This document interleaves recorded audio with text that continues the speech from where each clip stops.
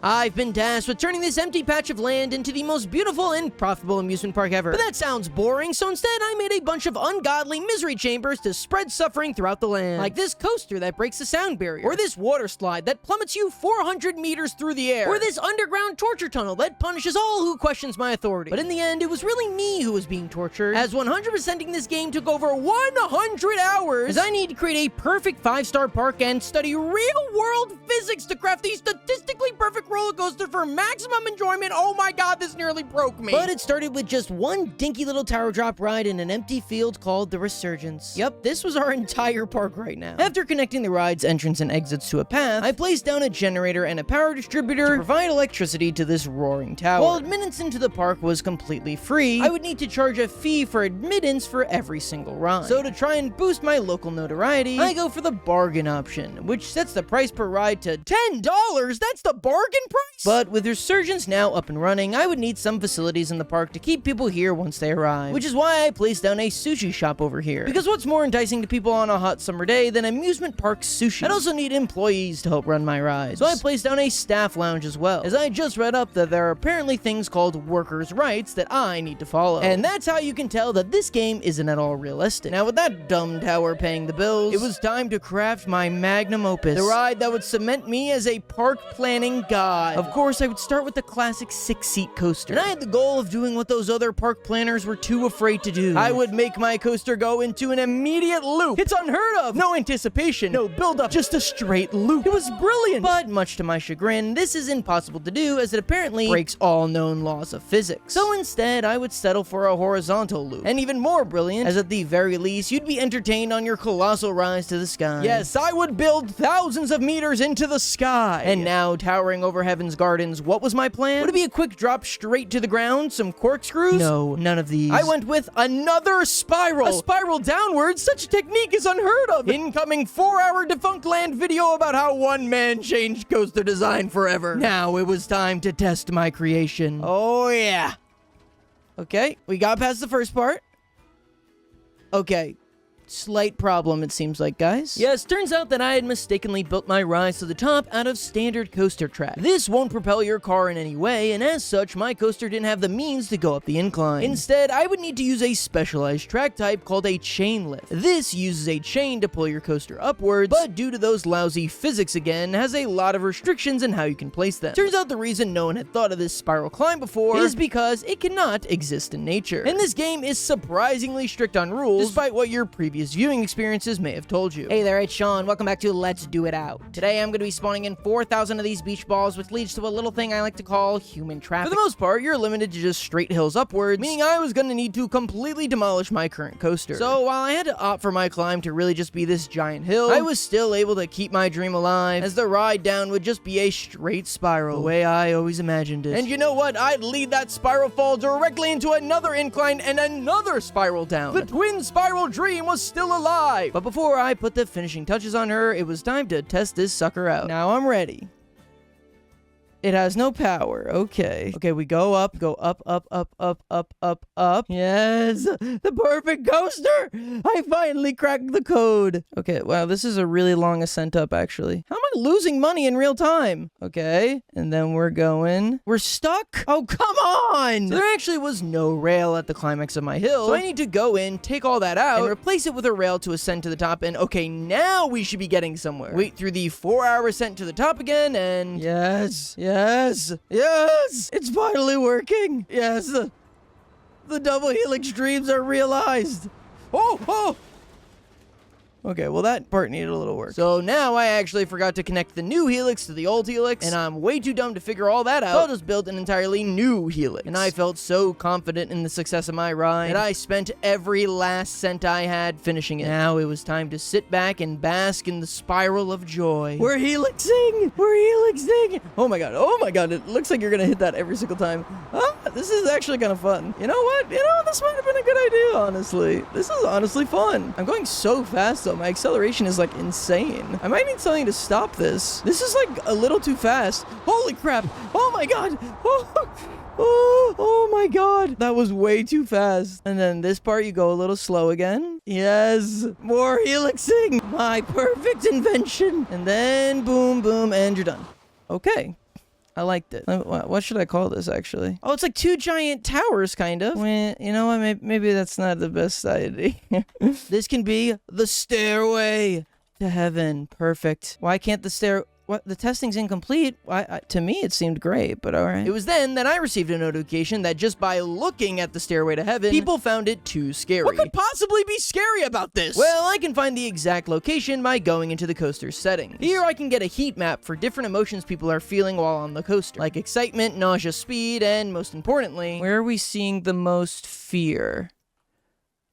Okay, so it seems like kind of the whole time. Yes, test subjects were feeling an average of 20 points of fear while on this spiral, and the ideal is 5. So, safe to say we made a few mistakes. The primary being that this ride is exceeding G-force limits pretty much the entire time. Of this entire tower of spirals, people are only enjoying about 2 of them. Clearly, I had a lot of work to do there. But in the meantime, I figure I might as well work on the other aspects of my park. I need to make money now, but I didn't want to rush the Stairway. It took Michelangelo 3 years to sculpt David, Kubrick 127 takes to capture the infamous stairway scene in The Shining, decades to finish Annoying Orange versus O.J. Simpson. No, I wasn't gonna rush this. First up, I hired 2 janitors, because as of right now, people were just throwing their trash onto the floor. And I had built that disgusting sushi shop, but with nowhere for people to eat, they were just kinda standing in line on a hot summer's day eating their freezing cold fish. So I decided to slap down some tables for people to eat at. Also, I finally diagnosed the minor financial issue I had been having before, and it was that the Resurgence was completely broken down and not operating. So after hiring a mechanic, I can get that up and running and back to my true passion project. I decided to look at the speed through my coaster, and it turns out that all my fun little spirals were actually 122-mile wind tunnels, peeling the skin off your bones as you descend down my forever helix. And while that sounds like exactly what I'd want from my magnum opus, I guess the guests aren't enjoying that. I just don't know how I'm supposed to appease these people, and it's making me angry. I'm like giving my everything here. They don't want to see me succeed is the thing. Yes, much to my disappointment, I was gonna have to make some sacrifices to get these plebs to enjoy my art. The main thing I think people would enjoy are these things called brakes. Brakes are objects you can use to slow yourself down. And the reason I'm explaining what brakes are is because my entire audience is either under the legal driving age or has too much anxiety to drive a car. Since people seem to be enjoying the first 2 helixes of mine, I decided to change my coaster to have 2 spirals, a little brake pad, and then 2 more helixes, all the way until you hit the ground. Now, the brakes I'd be using are called trim brakes, meaning that they can only connect to roller coaster tracks that are 0 degrees in all directions, meaning that they're completely flat. But before I go any further, I gotta test out the first part here. They're excited. They're really excited here right before they die. That part really excites them for whatever reason. Let's see how they feel on fear, though. Oh, this part is very scary for whatever reason. I'm so annoyed. You guys don't appreciate my art? I'm just gonna give you what you babies want. I try out a softer, much closer to the ground helix, and people still hate it. But it's here that I realized that perhaps it wasn't the art they hated. It was just the medium. The traditional 6-man coaster was far too restrictive for a new age thinker like myself. It'd be like making an artist paint without color, an author write without conjunctions, an episode of Pluribus without a painstakingly long driving shot. No, I need to move to an inverted suspending coaster, as this wouldn't restrict me nearly as much. It would give me the free reign to design the ride I had always dreamed of. But I need to find a way to share my vision of helixes while still making it palatable to the general populace. Yes! Yes! It was brilliant! The whole time, the vision I had been seeing in my head, it wasn't a helix, but a ring! The rings are perfect too, as you would gain a ton of speed heading down it, but then use that force trying to scale the up part of the ring. And I could even place some breakpoints throughout to slow down the carts between rings. Let's see how the test is going. Okay, people are getting excited. Okay, it seems like the loops are having diminishing returns. But you know what? That's fine. They 7 love it. They kind of love it. They sort of like it. Yep, the first loop. Wait, they like these? Why do they like these loops better? After a few minor adjustments and adding some brakes at the very end of the ride, I had done it, and the Ring of Fire could legally open. I even got a Steam achievement for this for building a coaster over 500 meters in length with over 10 inversions. And immediately, people start lining up in droves. Yes, while the mind fears the Ring of Fire, the body knows that it's right. I decided to join my first ever group in what will one day be known as the greatest coaster of all time. Yee! This is actually pretty cool.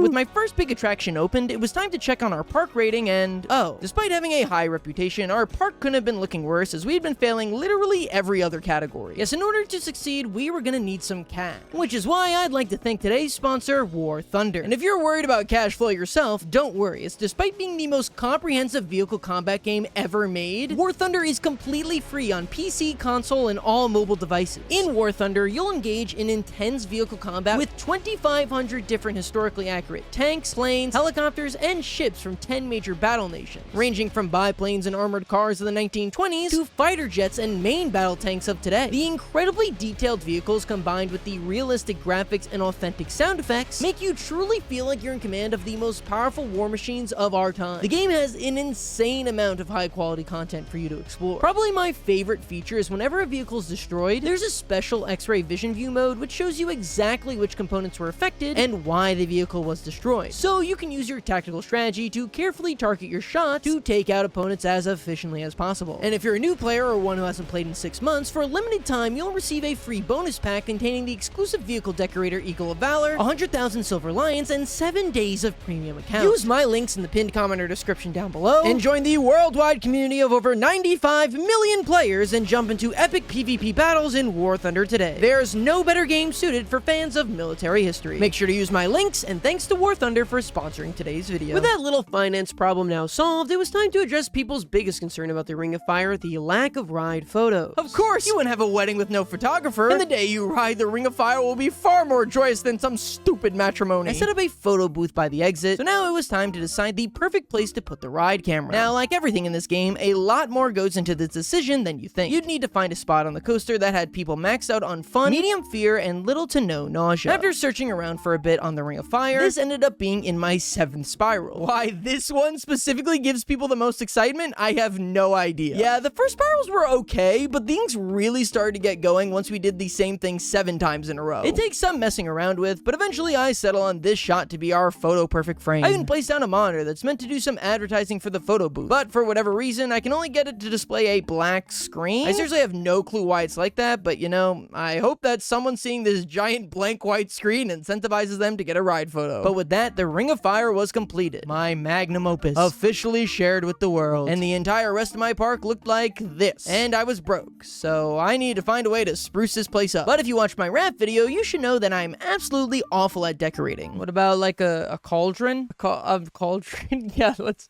Why am I rotating it? Like I'm just gonna put a giant cauldron here at the beginning of my theme park. I play around for like a really long time with the tile colors to decide what I wanted my theme park's floor to look like. And after messing around for quite some time, I realized what I wanted for Heaven's Garden. You see, while I was building the Ring of Fire, time and time again, I was told that my ride was too scary, too nauseating, that the G-forces on this ride would kill somebody 14 times over and I should be in prison. But that's not the vibe I was looking for at Heaven's Garden. I didn't want to be a Disneyland palatable for all ages. I wanted to create my art the way I wanted to create it. I'm not making roller coasters here. I'm making speed-themed masterpieces. And as such, I needed something right at the front that drove off any non-believers who dared step foot on my property. Something that if you were able to make it pass, I knew you'd be the type of person to enjoy the craftsmanship I put into pieces. You shan't question authority. Now everyone who comes into the park will know to not question me because they're gonna have a good time. If they just let themselves have a good time, then it'll all be good. You know, this will scare off anybody who's being skeptical and only let in those who are like really with it. But is it just me or is this sign looking a little plain right now? Oh yeah, that's better. Now with the entrance completed, I take some time to redo the interior of my park, mainly the pathing, of which I settle on this soft white to give those believers respite once they enter this blessed realm. The game thankfully also has a convenient feature where you can pick up and move entire set pieces at a time, which makes adjusting the Ring of Fire like 10 times easier. I also take the time to place down 4 of these Resurgence Falling Tower things. Why did I do this? I am honestly not at all sure. I have not a single bit of commentary here in my recording. I genuinely don't know what I was thinking about doing, why I did this. Like, was I even thinking about what I was doing? Or did I just think it would be so obvious to me in the recording that I wouldn't need to explain it? It was time to start focusing on my queue lines. Up until now, I had just kind of let my guests stand around like a group of 40-year-old scalpers waiting for their glitter cardboard to restock. With my customer attractions now in order, I needed to focus on my staff areas as well, which I had really been neglecting. Though despite that, all my employees were still super happy, which, you know, just goes to show you how minimum wage employees are used to being treated. In addition to what you'd expect, like the break room, I can also place down a mechanics workshop. Now, whenever my hired mechanics aren't working on fixing a ride, they can come here and start researching. Researching earns you the aptly named research points. These can be used to research new attractions like new coaster types, water rides, Ferris wheels, even ways to transport people around the park. Additionally, completing every single research task is a required part of the 100%, so it's important to start this up now. And with that, it was time to reopen my wondrous attractions and let rip the quadruple tower extravaganza. Okay, what do you mean they don't have enough power? No power? It's connected to a power source. Yeah, it turns out that even though I had 2 whole generators powering the towers, that still wasn't enough electricity, I guess. I go to add even more generators to the mix, but when I search them, nothing comes up, which is really weird. I know that they were just here. Okay, I guess I'll just move on to placing a bunch more trash bins instead, and what? Nothing there either? Yeah, it turns out that I had some weird filter on that gave me incredibly limited results on all of my searches. This would completely dampen my ability to build anything, and I wouldn't realize it for a cool, like, 3 hours in real-world time. A certified wallagug moment to be sure. After spending far too long struggling with the electrical system, what do you want from me? How could it have no power? I finally find the optimal amount of generators and power distributors to keep the electrical grid online. I also place down some benches so that the pansies who decide to not ride the resurgence can watch their braver and sexier cash cows fly up into the air. But despite all my fantastic changes, I noticed something quite damning is happening around the park. Why is nobody coming in today? It can't be this, right? Park is dead. I go into the park ratings menu and notice that I've got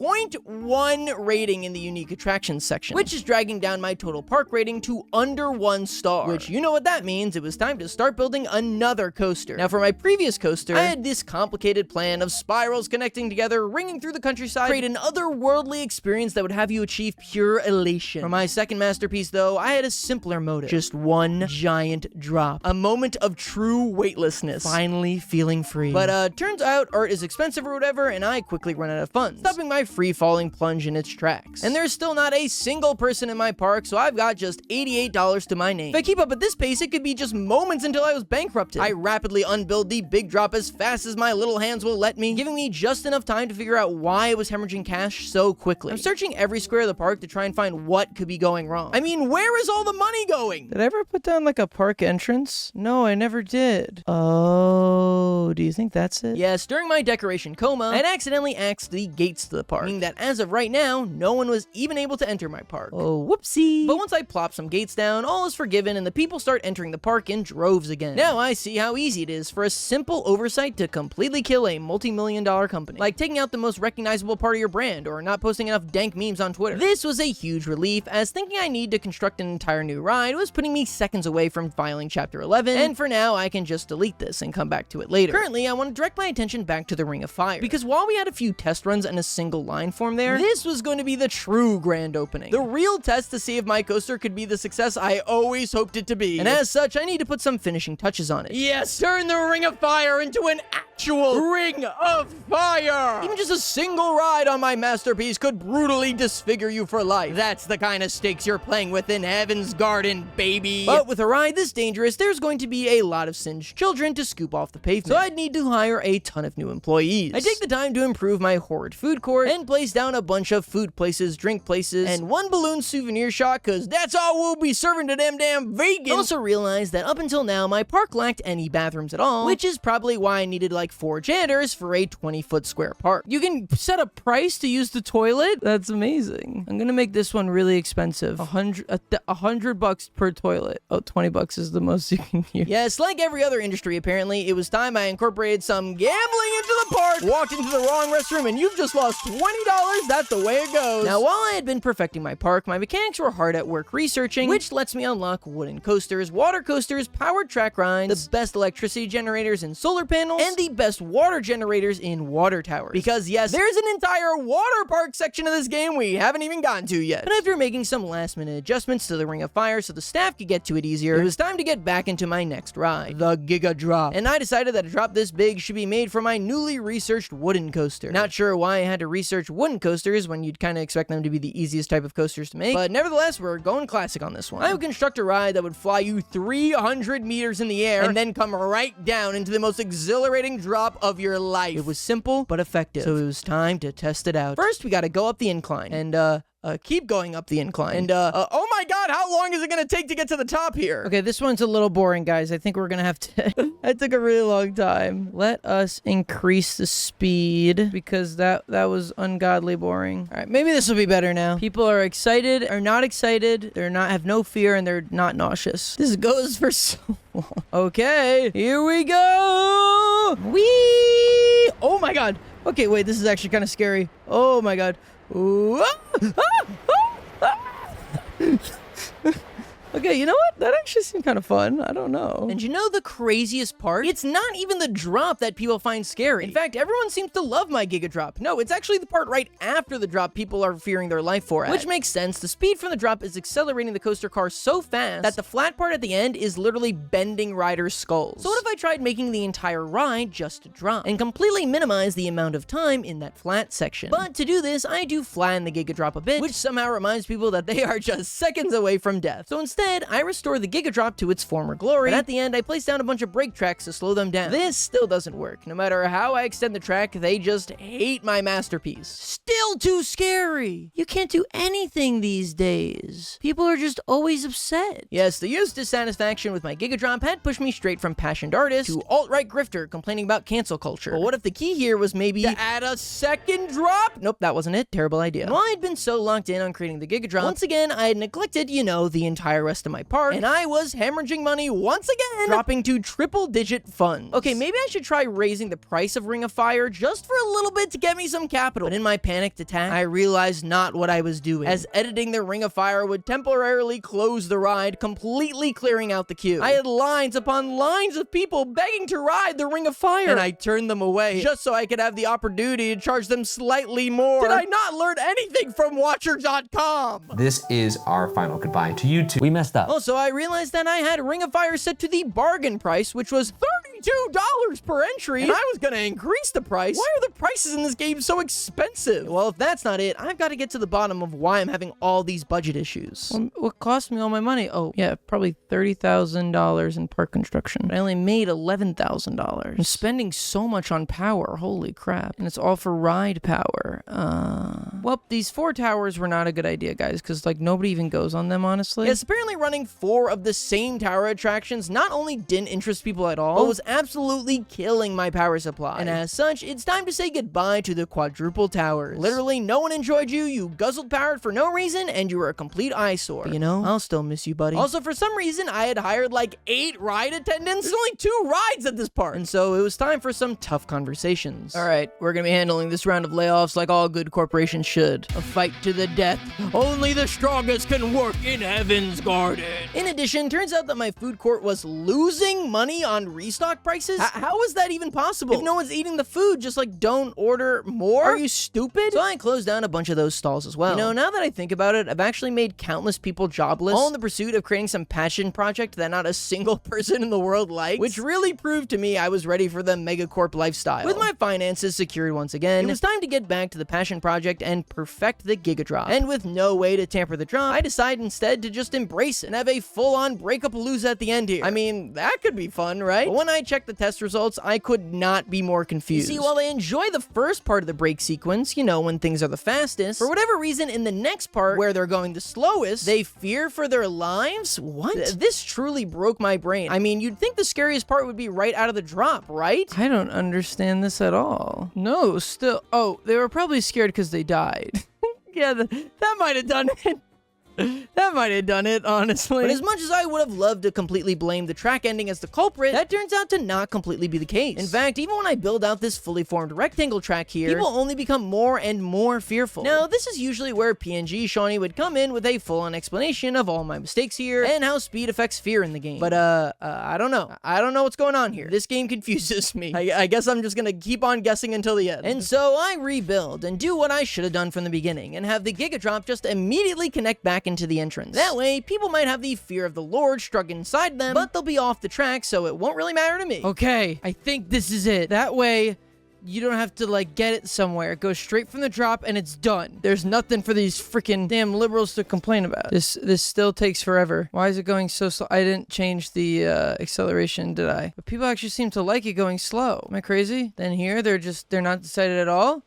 And then they're very excited, and then it's over. What do you mean? Oh, but look, they're not fearful anymore. They fear a little bit right here, but it's so short that they don't have time to fear. Yes. Okay, my ride exceeds G-force limits. Okay, I don't remember asking. Can this open even if it exceeds G-force limits? Does that really matter? And nope, looks like as long as people aren't fearful, the Giga Drop can finally open. And while placing down the ride's entrances and exits, I get a dastardly idea. Place an entrance right here. Then we place an exit over here. Now you're gonna say, this seems insane. And it is, but I've got an idea. My devilish idea is to essentially trap people after they get off the Giga Drop, forcing them to ride whatever disturbing machination I come up with. But then I'll have to wait, as once again, I've been neglecting the rest of my park. And this quick turnaround would start perhaps the most intense rivalry I've ever had with a giant hunk of metal. You see, despite the initial blossoming success of the Ring of Fire, these days it's all been but abandoned, as not a single person waits in line for it. Meanwhile, this stupid crap dumb tower that took me 2 seconds to place down has a line wrapping around the block. I changed the pricing of the Ring of Fire to make it beat out that stupid falling tower, which gives it a boost in popularity again, but the same cannot be said for my new love affair, the Giga Drop. Even though it had been open for hours, not one single person lined up for my amazing wooden drop. I even changed the price to be but $5 per ride, nearly a sixth of the price of my other rides, and yet still not a single rider. But you know, everyone hated the Ring of Fire at first too, and now it's an uproarious success. I mean, not as successful as that stupid falling tower, but successful nevertheless. So maybe I just needed something that made it seem a little bit less threatening. Something to convince you that no, this won't end your life. It's actually just a sick coaster. After searching through every decoration for ideas, I'd cracked it. A mascot. Disney had Mickey Mouse. Six Flags had that weird bald guy. SeaWorld had all those PETA violations. Now it was time for my very own. Say hello to Buldo. While he seems simple, there's actually a lot more than you might think to Buldo. Like, did you know there's a boulder? And there's grass on his head? And he was behind Coney 2012! Buldo, you fraud! With Buldo now entrancing my customers over to the Giga Drop, I had faith that people were gonna change their tune on the Giga Drop. After the populace grows bored of their rings and baby falls, they be ready for a real man's ride and want to feel their butthole travel up through their esophagus. In the meantime, I build out the exit and start working on my devilish trap. The second you get off the ride, you'll be forced to head right into the spinner. And while the ride looks great, when I look at the statistics, it looks like people are feeling minimal fear and consequently minimal excitement, which is why I place down a horde of cacti. Try your hand at the spike spinner and you will soon die a death of 1,000 cuts. The spike spinner doesn't discriminate. It comes for all. Oh my god, people actually like it. In fact, they love it, which was, of course, my intent, to have a fun ride that people enjoy and not sacrifice gallons of blood to our true god Buldo. But with all that set up, our electricity system was completely boned, and we had way too much power being drawn to multiple sources. And so I need to put a separate generator over by the Ring of Fire. And as much as I'd love to place down a solar panel here and keep my park on green energy, each solar panel costs $10,000. Well, I mean, it's just so much cheaper to use good old-fashioned oil and— Oh no! I'm starting to understand the ideologies of megacorps. It's only a matter of time until I change my logo for Pride Month and give $15 billion to Israel. One of the most important aspects to balance with generators as well is this huge impedance they place upon your scenery score, as is the case with any staff sections of the park. So I need to find a way to cover up this disgusting generator with some furniture. And of course, with the Ring of Fire, there was really only one option. I cannot imagine this is at all safe, but caring about safety at Heaven's Garden would be like caring about your hygiene at a Smash tournament. But something I do care about is the Giga Drop. Despite Buldo's best attempts, he wasn't able to win over those rat-brained morons that walk around the halls of Heaven's Garden. So that meant it was time to do what I had been fearing this whole time. I was gonna have to change the Giga Drop to try and slow it down. For whatever reason, my first thought was like this zigzag pattern that just looked absolutely awful, and I don't even know why I tried that. So I tried formation after formation after formation, with each one being rejected for the fear it is striking into people. I even tried making it barely even go up high, and they still hate it. I slowly slide into insanity, muttering to myself, I must preserve the Giga Drop. I must show the world the ultimate drop. Creating coasters that look like the doodles of a one-handed crack addict. It takes me hours upon hours of testing to finally realize my dream was dead. In fact, it was never alive to begin with. The people were just too scared of a true drop. I was heartbroken. But more than that, I was enraged. I had put my heart and soul into countless revisions of the Giga Drop, and not one single person appreciated it. They all said it was just too scary. Well, you know what? It was time to give these pathetic magnetic sole's what they wanted. If thrills are what you fear, I'll give you a non-scary coaster. In fact, I'll give you a coaster unscarier than anything you've ever seen before. Children will fall asleep. Adults will do anything to avoid the ride. And women will break the glass ceiling. That's just like a side thing I'm doing? Yes, I would construct the most boring, uneventful ride of all time. And finally appease these geriatric farts that spit criticism at everything I do. A coaster that travels 5 miles an hour with no hills, spins, no nothing. Just a slow chug around the track. In fact, this is just a glorified bus ride. Only you end up back where you started. Would it be exciting? No. But that's my exact intent. Point a mirror at the public and show them what they get when they try and impede my art. But I couldn't help myself. Even knowing that this was a baby ride for babies, I had to put my spin on it. An artist can't help himself when he's given a project a spiral. Yes, a way for me to insert the desires that I had always dreamed of. The darkness begins infecting me. Even though I know I'm supposed to just open this baby ride already, my body starts acting on its own. I find myself deleting tracks. No, this was supposed to be exactly what they wanted. But I can't help myself. That single spiral corrupted my mind like a Minecraft YouTuber who discovers Snapchat. Spirals. Yes, that is my vision. Spirals as far as the eye can see.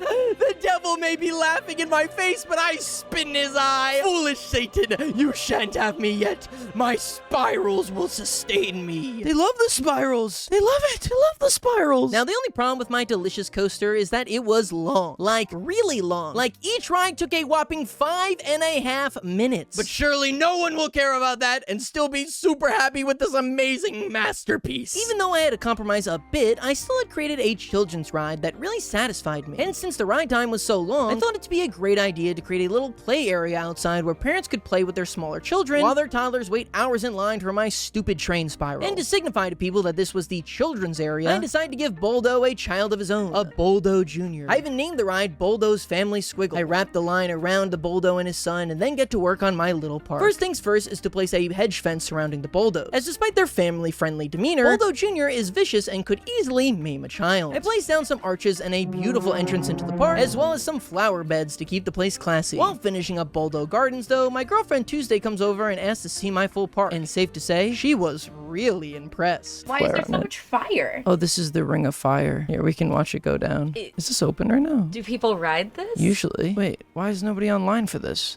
Maybe because... Oh, they can't get in line. It lights them on. Oh no, look. Oh, you blocked it off. Oh, shoot. That's why I've been making no money.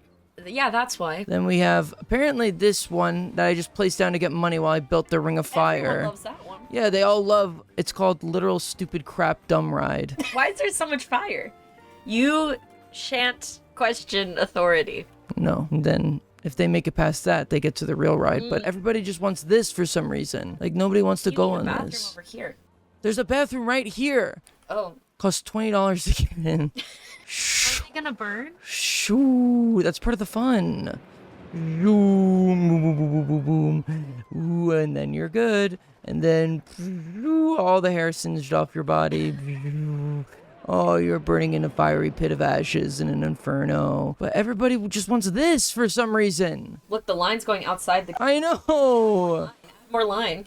I don't want to. No one wants Rocco. I know, I want them to go on the Ring of Fire. I don't understand why people like this ride so much. No one wants your rocks. Yes, despite all my best efforts in making the most reality-bending and mind-blowing rides in history, all anyone wanted to do was just get in line for this stupid dumb ride. Why, America? Why do you hate my life's work? But after a couple adjustments to Buldo's Family Squiggle, a miracle happens. Look, this line is going so fast right now. Why is that? Because everybody's going to the Ring of Fire. Just took an even worse ride for me to build for them to realize, you know what, this one's actually not so bad. Well, at least it's not this stupid ride with baby mile/hour and fire everywhere. It was truly a perfect plan. In fact, I even placed down some benches so that people could sit down and admire how gloriously stupid the Family Squiggle is. Pure relief washing over their bodies that they're not on that ride, making them so much more likely to ride all the other atrocities I've built. It's like after we all watched Rise of Skywalker and realized, you know, maybe Phantom Menace wasn't that bad. As sad as this has made me, that my life's work has become become the laughingstock of the amusement park world, I might as well embrace it. I placed down another flat ride next to this literal stupid dumb crap ride, perfectly funneling people into the next ride. I feel like CG5. I wanted to be known for my art, but everyone just likes this moronic slop I cooked up in 2 minutes, so I just have to embrace it. And this ride was... Oh my god, how is that even legal? That seems so dangerous. Of course, people start lining up in droves for this, satisfied to continue on their soulless journey through their flat ride slop. But there was a slight problem. Despite my best attempt to trap everyone and force them onto the next ride, there was this ever so tiny sliver that allowed them to escape into the rest of the park. Now, of course, my main goal with all this was to force people onto ride after ride, maximizing my profits. But the best way to make people feel like they aren't being controlled is to give them a simple choice. After you ride the stupid dumb crap ride, you can either choose one of these 2 rides. Of course, either way, you literally have to give me more money, you're forced to, but you know, it gives the illusion of free will. And so I decided to go with a hardcore dangerous ride, and then a more family-focused ride. For the thrilling ride, I go with this like shaky spinner thing, and after all my ideating on the family Squiggle, I was officially tapped out on creativity. So unsure how to make this more hardcore and dangerous, I sure slapped down some explosions. That'll sure strike the fear of God into you. For the family-friendly ride, I slapped down a carousel, and then I'll put down some steam, and then a crab, I guess? And I call it the crab pot. Okay, you know, in hindsight, for not having any ideas, that's actually kind of clever. In the time it took me to build that, the Ring of Fire actually started to grow some notoriety. In fact, for once, it actually had a pretty dang long line. So it was time to expand it. You see, in flat sections of your coaster, you can actually place something called block sections. These are basically little stops where a coaster car will wait, which will allow you to have multiple carts on the tracks at the same time, all moving simultaneously. And if you place them far out apart in the right sections, ideally the carts wouldn't even have to wait for each other, meaning people would barely have to stop while on the coaster. This cuts down on wait time, allowing more people to get through the coaster, which of course makes you more money. And miraculously, this makes the line grow even longer. Since 5 carts can now be on the Ring of Fire at once, you barely have to wait at all. Speaking of upgrades, my food court still looks absolutely pathetic, so I just axed the entire thing and placed down some much fancier looking buildings. A soda shop, a slushy shop, and a milkshake stand. Then for the food, I placed down a chief beef, a vegan shop, and then another chief beef. This is hopefully to have the smells from the delicious chief beefs blow onto the vegan food. Since smell is most of taste, this should make this food actually seem edible, despite 90% of it being styrofoam we painted green. Then I slapped down a bunch of tables, one on the side of the drinks and one on the side of the food. In hindsight, I'm not sure why the drinks not only needed their own separate section, but like a whole place solely to consume them. Like you could just carry it with you while you're in line. But if I understood the thought process of the average Heaven's Garden customer, then I probably wouldn't have spent 6 figures on a children's ride that never has had a single rider. Now, despite all these changes, of course, my most popular attraction is still somehow stupid crap dumb ride. How? I rack my brain desperately trying to figure out why on earth this dumb ride that most people would never even care about is attracting 90% of my customers. And it's then that I realize it's not the fact that people love stupid dumb crap ride. It's not the fact that people hate my artistic expressions either. The only reason so many people are hopping on this line here is because of its positioning. They walk into the park, they see that pretty much all the other rides in the park are pretty far away, and this one's right at the entrance, and they just decide to hop on line there. Yes, that had to be the reason. It had nothing to do with the ride itself, just the placement. Dumb, stupid, crap, dumb ride, you have no merit of your own to speak on. It's not how exciting you are or feel for your drops are. It's just where you happen to be placed. You're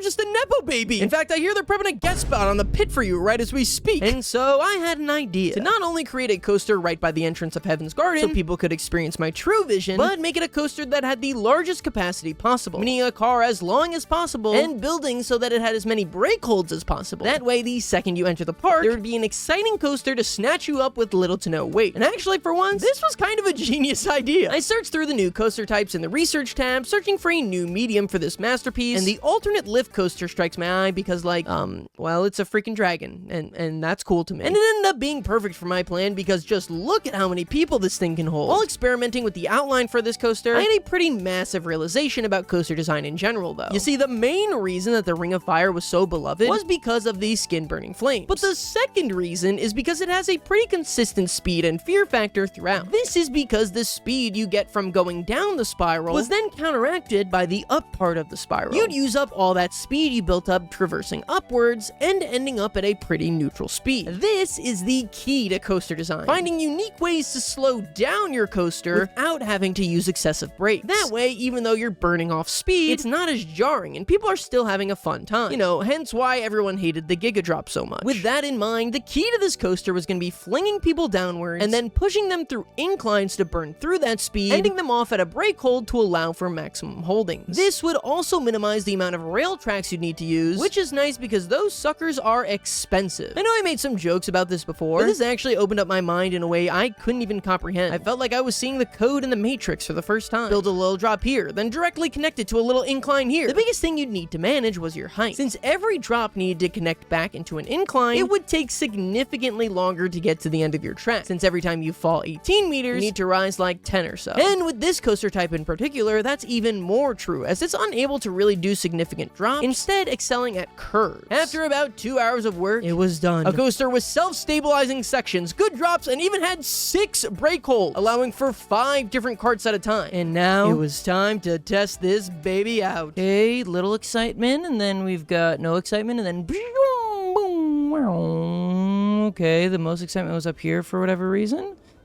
I don't know, this seems pretty exciting, all things considered. Wow, I think I kind of nailed this. Except at the end, maybe. It's way too scary. Really? Where are it too scary? Really just at the end. This one section is a little scary. This section's a little scary, but I feel as though it would have probably been fine if not for this section at the end where I did not know what to do. And for the first time, a test of a fully fledged coaster actually goes well for me. I mean, yeah, there are still areas I need to fix because they're too scary, but for the most part, I had cracked the code and managed to make most of my coaster actually fun. So that means this should really just take 15 more minutes of just tiny adjustments, right? Well, after I do such adjustments, I've actually gotten my ride down to just an average of 8.5 fear rate. And with that being under 10, I should still be able to open her up, right? Finally, a coaster with no real issues. Sadly, no. Despite the people agreeing with me, the law does not. And even though my coaster isn't too scary, isn't too nauseating, and well, admittedly not all that exciting, it still couldn't open due to it exceeding G-force limits. And this has got to be the dumbest thing in the entire game. If the people are okay with it, why are we restricting this? They're not afraid and they're modernly entertained. But I decided to pay little attention to this foolish speed restriction. I'd much rather tackle the fact that people are having less excitement on this than Buldo's family Squiggle. One of the biggest factors contributing to this is the first drop. The game told me that the first drop of a coaster is actually super important to people's feelings on that coaster. Think of it like a first impression. Like how 50% of people click off my videos because they think I'm some 14-year-old girl complaining about how a game made for middle schoolers to play while on their iPads somehow broke my spirit. But unlike that, we can alter these factors here, and as such, I want to make a better opening drop. Because as of right now, I made the incline go straight for like a really long time in order to fit a brake hold. But anyway I try and cut it, I can't fit an exciting drop in with the rest of my coaster. So the best thing to do is add this little baby drop right here. And you know, this does not excite people as much as I thought it would. In fact, it proper pisses them off, earning me a 0.5 excitement rating. And at this point, there was only one option left, and as hard as it was to do, yes, I had to delete my entire coaster altogether and start from scratch. I had completely deleted my ride, making it an experience that not a single person was ever able to ride. A piece of lost media. It's only a matter of time before some faceless YouTube channel called Haunting Spooks would shove it in between a story of a Reddit joke account who forgot his password, and you know, an actual real-life child murder. I needed to give the people what they love. But once again, that pesky thought kept eating away at the back of my mind. This wasn't who I was. A simple coaster like this might appease the masses, but would it satisfy me? Would it display me as the true master ride builder I knew I was inside? No, I had to go back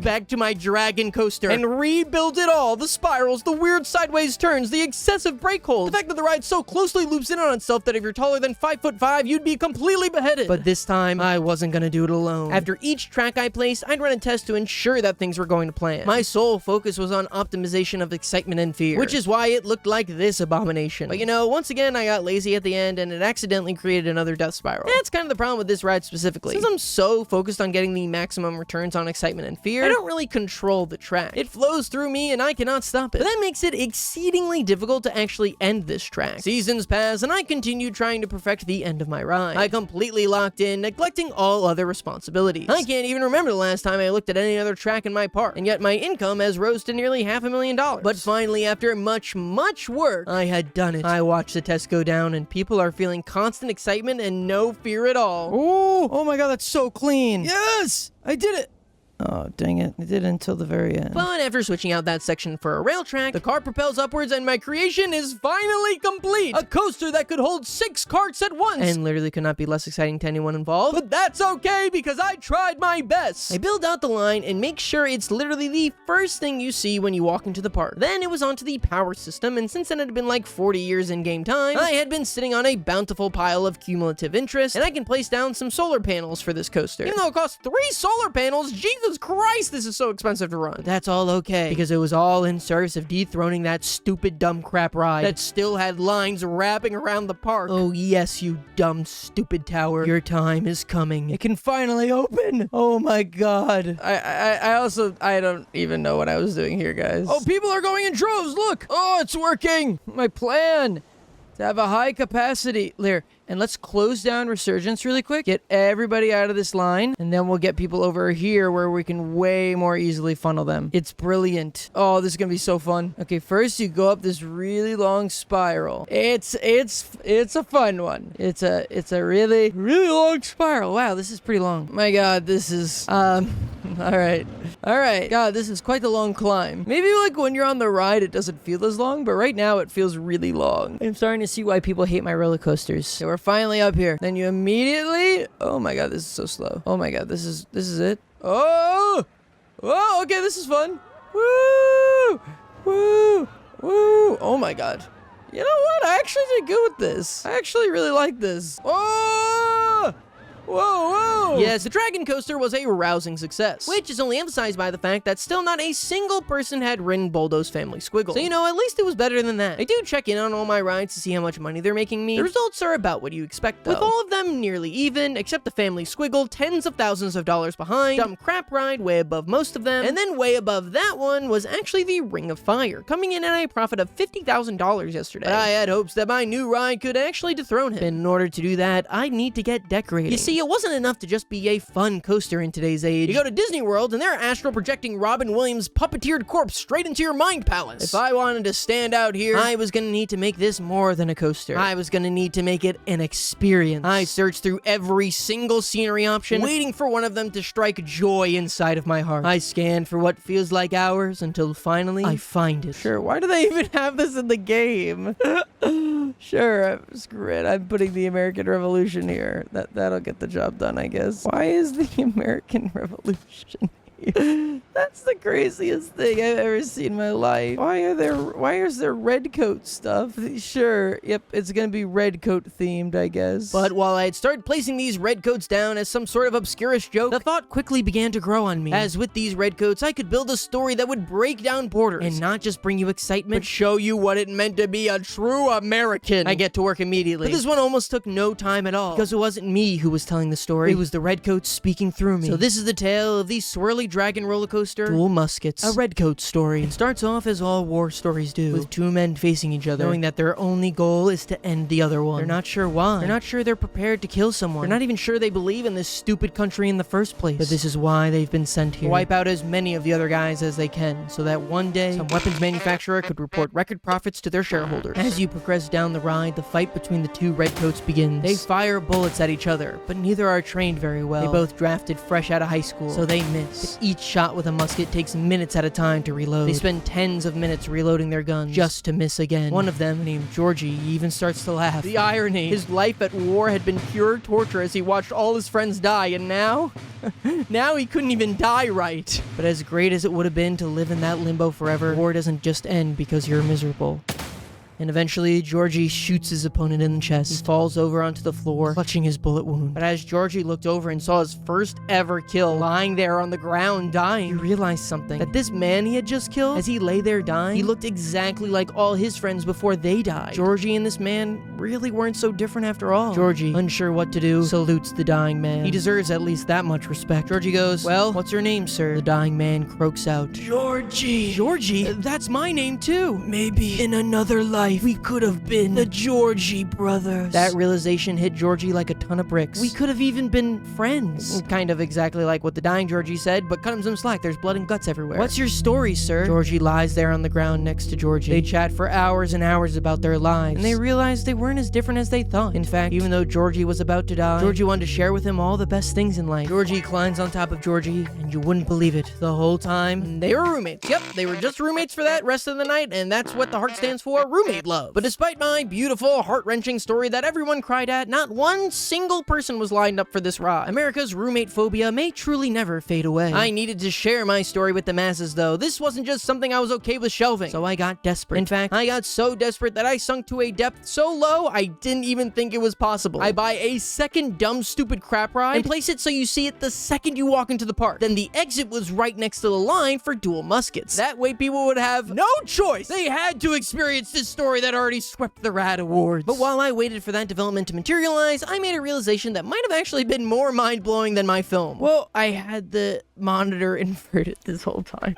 I was wondering why it wasn't working.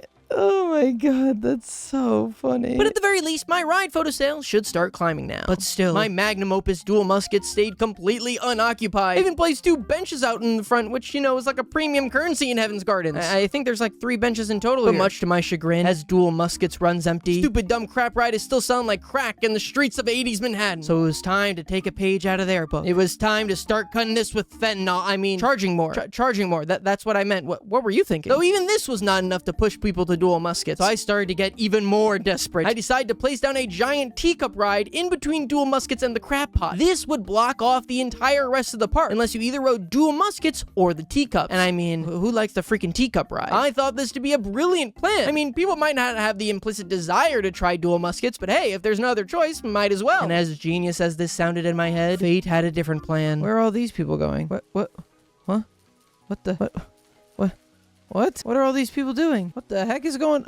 What the hell is going on here? What the hell? Wait, people are that desperate to not go on my redcoat ride that they're literally traveling underneath? Oh my god, is that what's happening? Yes, well, in my mind, people would either choose the teacups or dual muskets, but there was actually a secret third option to literally risk getting beheaded and crawl underneath an actively running coaster. I'll be honest, this made me lose my mind a bit. I mean, I had tried everything with these people, but they didn't want my creations. They didn't appreciate my art. They didn't appreciate me. If they were going to just hate everything I loved, I was going to take away the one thing that they did. I could easily just shut down literal crap dumb ride. Take it away completely. But no. Death would be a punishment too gracious for these imbeciles. I couldn't have him becoming a martyr for them. No. Instead, I needed to ruin his legacy. Bring him back like a flesh puppet of his former self. Like season 4 of Arrested Development or whatever the hell happened to Jim Carrey. I would create a cue to this line so insufferable, so horrible to wait through, that no reasonable person would ever stand in it. Yes, it was perfect. People would be forced to see their favorite ride far out into the distance, still the amazing experience they remember. But it would be just out of reach. Like Tauntalus, fruits ever outside their grasp. Try and undermine me now, you dilapidated heathens. And wow, the ride is more popular than ever. Damn, didn't see that coming. Well, while I could sit here for hours mulling over my biggest failures, I don't think anyone wants to hear about my failed PokeTuber pivot again. For now, it was time to start working towards that faithful 5-star rating, as currently I was only sitting at 2 measly stars. If you click on your rating, you can see all the different things that affect your rating, with whatever the lowest rating is affecting your score the most. For me, currently, it was unique attractions, sitting at just 1.5 stars. Yes, it wasn't enough to just have a few amazing pieces. In the age of social media slop, the people demanded more, lower quality content to become the theme park god I had always dreamed of being. It was time to go into overdrive mode and crank out as many rides as I could. It was time for the enshittification of Heaven's Gardens. A spinning ride and a theme it with wheels. Sure, who cares? Call it Wheelie Good Ride. They heated it up like the pigs they are, shoveling down my slop. Was it really just this easy this whole time? Spending hours on my creations when I could just be cranking them out with no regard from the consumer experience? I slapped down a monsoon tower. Monsoon clocks. That'll do. Because in today's landscape, if you spend even a second longer on your ideas, these brainless chuds will lose interest. I slapped down 6 giant clocks on the side for no rhyme or reason, and the queue fills up faster than any ride I've ever seen. I mean, surely I just couldn't pump out anything, right?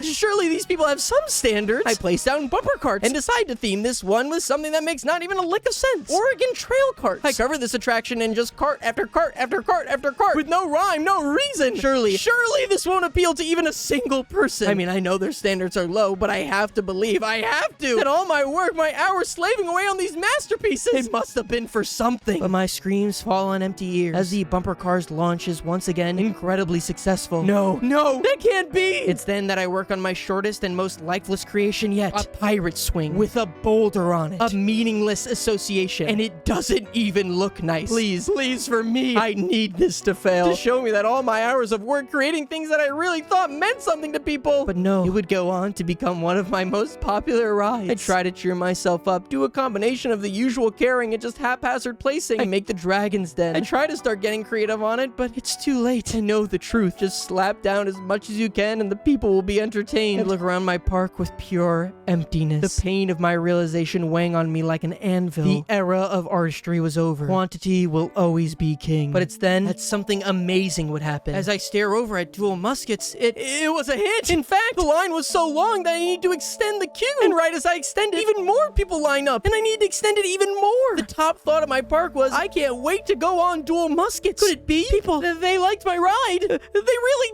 did. Sure, it wouldn't make as much money as the other rides that could be infinitely pumped out in 40 seconds. It meant something to people. And at the end of the day, that's why I became a park designer in the first place. With that moral quandary out of the way, my park head rose to a 2.9 rating, with the new lowest factor being the scenery score. And so it was time to work on that. So I made this little snowman, and then I gave him a gun. And somehow this doesn't skyrocket my scenery rating? How is that even possible? Snowmarldo is so cute. While I was decorating, I found that there was like 400 people who somehow got stuck between the crab pot and the exploder. Well, let me just delete these paths to get them unstuck, and oh my god, I accidentally deleted their entire existence. Whoops. My scenery score was still absurdly low, so I wanted to create some sort of scenic-centric area where I could just slap down a bunch of them without having to use that precious brain power of mine and think of some sort of like complicated, involved ecosystem. I land on Barrel Maze. It's a maze of barrels, and if you get to the end, you get to meet Hector Barrel. A barrel maze. Okay. How much does that improve my park rating? Almost nothing at all. 100 score. Now, I'm gonna be honest with you all. I have no idea how to increase scenery score. Like, does just adding any scenery help? Does it need to be unique scenery? Does it make a difference if the scenery is more expensive? Well, unfortunately for me, there is little to no community around this game, so it was up to me to just kinda guess. I decided to make the teacups candy theme, which, you know, in hindsight, doesn't really make sense. Like, why would you drink tea while you eat candy? One's a hot drink for our friends across the pond with funny teeth, and the other's a snack for children, but I guess it made sense to me at the time. I think I went into like a fugue state trance here, because for whatever reason, I placed down like 400 giant blue lollipops on this ride, which, you know, despite that breakdown, it actually came out like better than I thought. I finish out Buldo's park with some decorative hedges, not that anyone ever noticed, as this ride is still completely empty. Why do I even try? I'm also hearing the common complaint that people are absurdly thirsty walking around the park, so I slapped down a bunch of vending machines just about everywhere. Also, I realized I should probably put down some trash cans, because as of right now, there are 1,700 people in my park just tossing their trash on the floor. And since I've just got 5 janitors, this place is a complete mess. I finish out the entrance to my teacups ride with a bunch of giant candy, which seems like it wouldn't really matter, but for whatever reason, this would skyrocket these stupid teacups into becoming one of my most popular rides in the entire park. I realized the reason that nobody was ever researching anything was because all of the mechanics workshops that I had built were just closed. Seriously, not a single one was open, so apparently I had just been bankrolling these 50 mechanics who were just sitting around doing nothing. Unfortunately, the free ride was over, and I carry out mass layoffs as I fire just about everyone who was working at Heaven's Gardens. Now, despite all my recent success and epic firings, there was still one blemish on my record that I was just fixated on repairing, and that blemish was, of course, Buldo's family Squiggle. I learned that not only does scenery score affect guests' entire perception of a park, but every single ride has its own scenery score as well, which affects the excitement ratings of the actual ride itself. Currently, the family Squiggle was sitting at a 17% scenery score, and I had hopes that if I improved this, that people would finally notice this diamond in the rough. I start off by attaching Buldo Jr. to the front of the car, which just looks absolutely hilarious when he starts quickly moving around.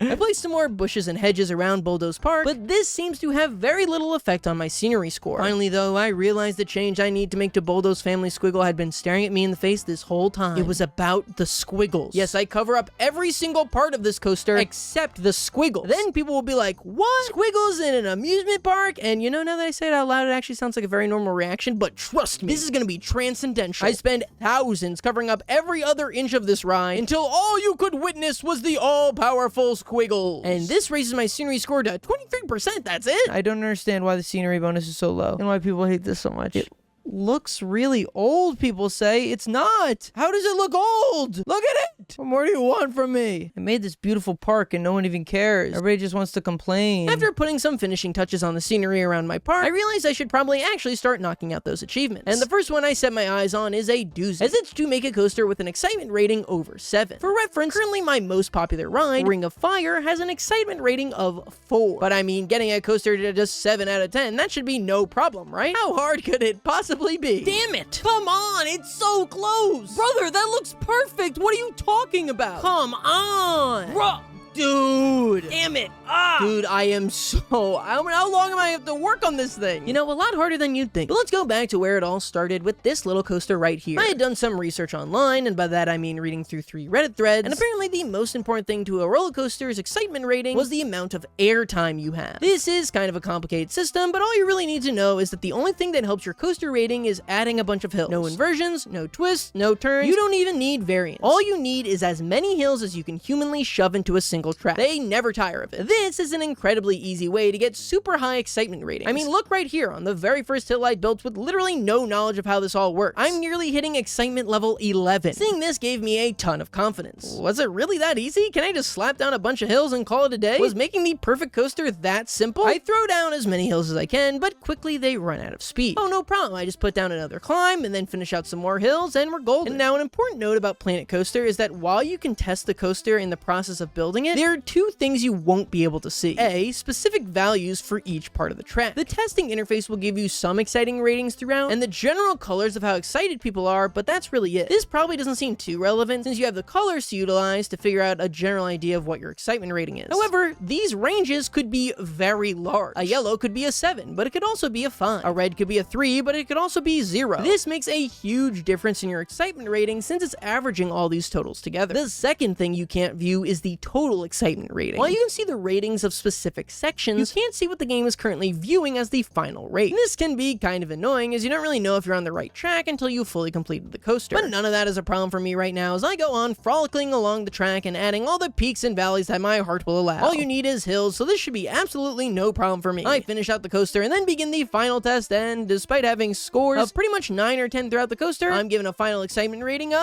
6.69, which, you know, is actually pretty dang close for my first attempt. The main problem here is that, like any normal roller coaster, I need to add in rails to actually get you up high in the first place. Then from there, of course, I can place down a bunch of regular tracks to pad out the speed. The problem with this is that these rail climbs absolutely kill your excitement rating. You think, okay, maybe people are like building excitement during this, but no. The entire climb sits at an excitement rating of like 2. And no matter how many perfect hills I try and make, it's just not enough to offset the horrid levels of excitement you start out at. And I tried just about everything. Really tall hills, really tiny hills, really wide hills. None of that even comes close to that faithful 7. So the next question is probably, how in the actual heck can you build a roller coaster without a climb? And to accomplish this, we're gonna have to utilize 2 tricks. Firstly, now that I have infinite research, I've unlocked way more types of coasters, including a group that's most important for us, the launch coaster. These are coasters that you're probably familiar with that just launch you straight out of the gate, as opposed to the slow rail climb that most traditional coasters have. Also, I just want to note that, like, while trying to find that clip for the last part, I discovered there's actually like a huge group of people out there obsessed with roller coasters. Not like riding them, just like the engineering behind them. Like, I love this top comment. Finally, an Intamin accelerator with a layout longer than 1,000 feet. Intamin is apparently a roller coaster manufacturing company. Like, these guys know the manufacturers. Rollback and launching is finally becoming a thing. There are trends in coaster development. I don't know why this is so funny to me. They're not even talking about riding them, just like the engineering of it. It's like being a train guy, but like somehow a little lamer. A lot of these extreme riders and enthusiasts are clashing over height and type stats. They are? There's controversy in the coaster engineering community? If there's infighting there, is there anywhere safe left on the internet?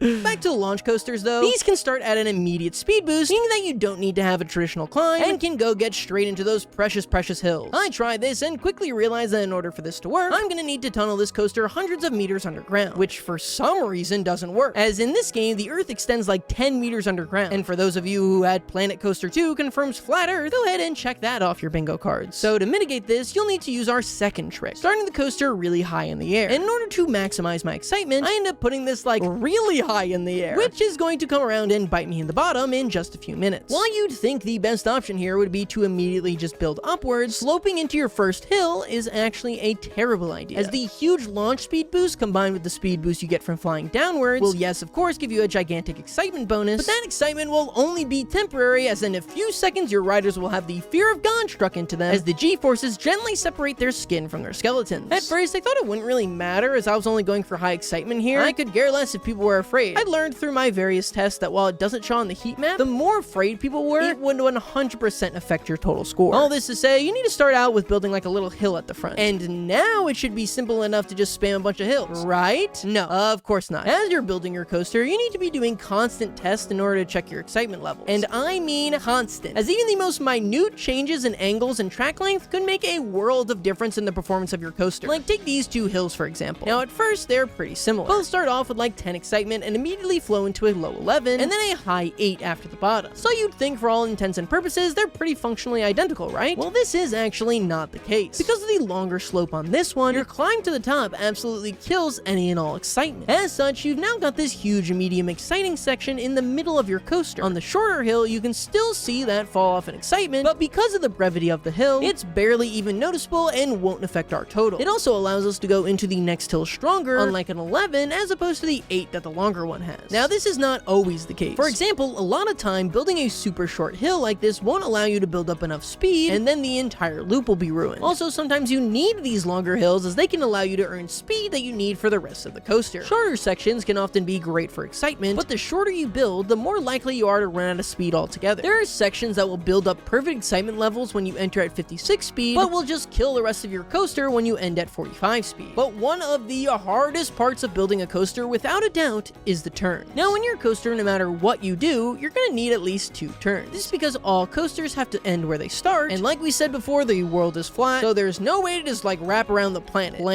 Coaster! Holy crap, has anyone looked into this? And no ifs, ands, or buts about it, people absolutely hate turns. Hills, good. Turns, bad. Not only are they hated from the jump, they usually require more track than a traditional hill, which can just kill the rest of your coaster. Seriously, I would spend hours upon hours trying to get a turn that just doesn't completely kill all your momentum. I eventually have to settle for a turn that gets my excitement all the way down to 6 and 7, and just hope that the rest of the track is enough to bring home the gold. While building turns into your coaster is one of the hardest part of building, by far the hardest part of coaster building is ending it off. Not only are you trying to perform a turn here, we also need to do it in such a way that lines up with the launch spot. And since this game uses realistic physics for track laying, this can be incredibly frustrating to try and get the angles going right into the dock. But after hours of toiling away, I had done it. I had created a full loop coaster that I was proud of. One that I was sure was going to earn me the Excitement 7 rating I so desperately dreamed of. And things start off great. 11s, 9s, everything's looking great. But I guess by the end of the coaster, I started to get really fatigued and see that all my 5s and 6s go all the way down. And even worse than that, at the very end, my coaster gets stuck and fails to go up the final incline. That is perhaps the most frustrating part of having to build a coaster like this. Like I said earlier, you have to build it as high as you possibly can. But the problem with that is, of course, friction. You see, friction is this little thing that Leonardo da Vinci made up because he didn't want people to have free infinite energy. It's strikingly similar to a TurboTax style situation. You see, that joke I made was half about high school level physics and half about common millennial talking points. That way, I'm appealing to both halves of my audience at the same time. Because of the invention of friction, that means every single time we go down one of these hills, we are slowly burning little bits of our energy, which means that it's actually impossible to reach the same height we started at. And so we're out of luck, right? Wrap up the video, time to start on Rain World? Well, thankfully, we're not there yet, as you can actually add additional launch sections throughout your coaster. However, I should note that this should only ever be used as a last resort option, as adding one of these is very harmful to your coaster's overall score, as excitement will drop like crazy while on this thing. Not to mention, you can't go into it too fast, or even at the lowest speeds of launch, you'll scare the ever-living hell out of your flesh puppets. And finally, it also needs to be connected to a completely flat track at angle 0. But it's a necessary evil to get enough speed to reach your exit point. But finally, I built it. A coaster with tons of excitement, high fear, but definitely manageable, and a boost section to reach the end. All of it completed. Now it was time to sit back for one final test. I watched the test go down, and things are looking absolutely amazing. I cried tears of joy, as I know this is the greatest creation I ever laid my greasy little paws on. I look at the ratings, 7.95 excitement. Yes, I had finally done it. I mean, the fear is admittedly a bit high, but that's okay. All that matters now is opening these pearly gates to the public, and I can't. I'm unable to open it because the G-forces are too high. Are you kidding me? Where could the G-forces possibly be too high? Oh, right there. They're at a 7.87 G. And if you're like me, that means absolutely nothing, because the only G-force I'm familiar with is Darwin, Blaster, Hurley, and Juarez, baby. Not you, Speckles. We haven't forgiven you. But for those unaware, a normal human can only survive like 3 Gs of G-force. So yeah, it kind of makes sense that I can't open the attraction that explodes people. I mean, I don't think I have enough janitors for that. Okay, fine, I'll toss out that section and rebuild it with a smaller slope and still too fast. The biggest thing you'll start to notice is not only ending your coaster is just hard in general, it's hard to end the coaster in a way that doesn't skyrocket your fear ratings. Since to get back up there, you'll have to use just insane amounts of force and speed. This is incredibly frustrating, as there's not really a good way around it. The amount of times I'd rebuild that entire end of my coaster just to be shown that the fear rating at the end of the track was 9 and they wouldn't let me open the sucker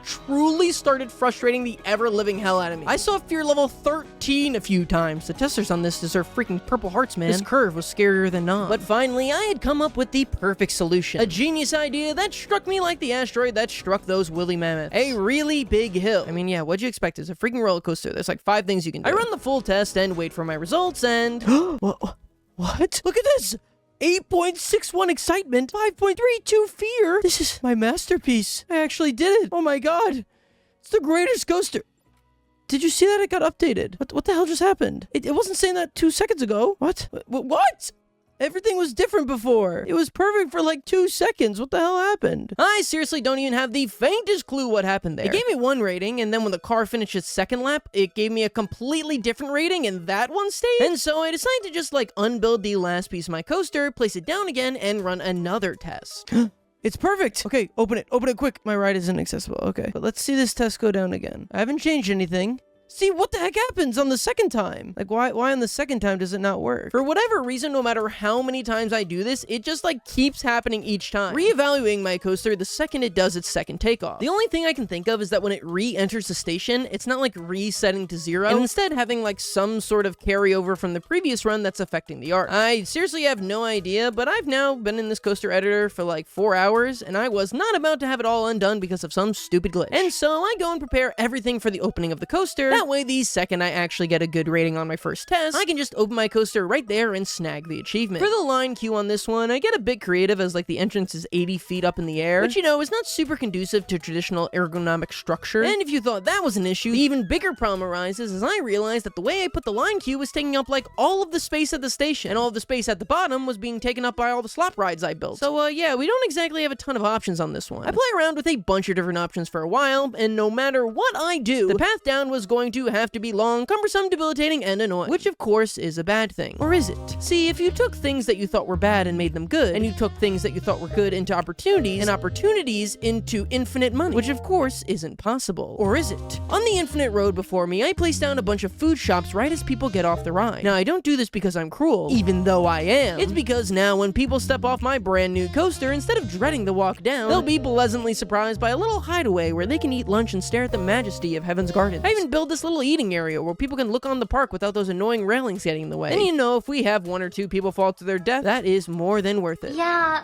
people are gonna die. With all that out of the way and prepped, it was time for one final test of this baby. And I need to rip it quick before whatever sort of shenanigans were happening last time. And just like that, boom. I had opened the coaster and gotten my achievement of having a coaster over 7 excitement. In fact, the excitement rating was nearly 9. Honestly, more than just proud of finally finishing the coaster, I was kind of excited. Like, this must be one of the most exhilarating and thrilling roller coasters ever made, right? I mean, I had to test this for myself. When it started out, I was actually having the time of my life. Blasting through a hill made me feel weightless, free, alive. But that excitement would soon wear off as I tunneled into the second hill, one that was exactly the same as the first, and then another one, and another one. It was only then that I realized this coaster was completely soulless. In pursuit of making the most optimal and exciting coaster for the common man, I had lost what made me an artist in the first place. There was no tension, no drama, no realism, no summary of the human experience. To be successful, I had sold my soul. What? That can't be. I left the slop era behind me. This took me hours upon hours to create. But all I had done was swap out one quantity for another. Before I tried to make as many rides as possible. And now I was trying to get this number as high as possible. Bigger number, better person. That's what I told myself again and again and again as I made this thing. But just because people liked it, did that make it good? Did it move people? Or was I just trying to be as palatable as possible to the max number of people? Oh my god, I was a sellout. And if that was the path I was going down, I decided to embrace it. Which is why the second half of this video is sponsored by BetterHelp. No, but seriously, I do actually decide to call this coaster the Sellout because it was already soulless as is, and I started placing billboards with various food and souvenir brands on it. You know, just to keep the lights on.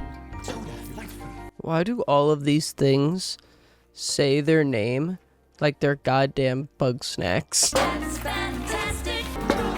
Gulpy! After After making this coaster look like the average American highway, I think I had a psychotic break. Seriously, that must have been it, because there's no other way I can describe what you're about to see. In the middle of working on the scenery bonus for the sellout, I just go over here to this random part of my park that I had never touched before and drill a hole down to the center of the earth. Then inside the hole, I put a 400-foot tall shark statue, which I then surround with like another 100 tiny sharks. I do not know why I did this, but it inspires me to start on the next phase of Heaven's Gardens, the water park. Yup, there's an entire other park for me to build. Jesus Christ. I start off with a little railing that crosses the shark pit and slowly transitions from hedge arches to this blue arch, because blue mean water. In fact, blue mean water so much that the paths here are all blue too. Water parks have a unique feature of all being centered around pools. Like all the rides need to funnel into pools, you swim in the pools, etc. And so I get the idea to make one gigantic pool, the Giga Pool. A place where teens could act like they're not having fun on the family tube. Dads could throw their kids into the wave pool a little too hard, and toddlers could just absolutely obliterate the pH levels of the water. It would be like the Jack in the Box of water parks. They've got everything. None of it is good, but all of it is just passable enough. After constructing the Giga Pool, I have the idea to get two twin slides that would like cross over each other and funnel into the same outlet, like ships passing in the night but never touching. But while working on this, I get an actually way better idea. You see, for whatever reason, I realized here that the developers decided to be like way more relaxed on the rules for water park rides. Like the roller coasters need to be up to code with G-forces, excitement ratings, fear, nausea, friction. But the water parks, they did not get the same treatment. And so I just built the tallest slide I can possibly imagine and build it straight down into the ground. That is a freaky ride. Holy crap, this might kill somebody.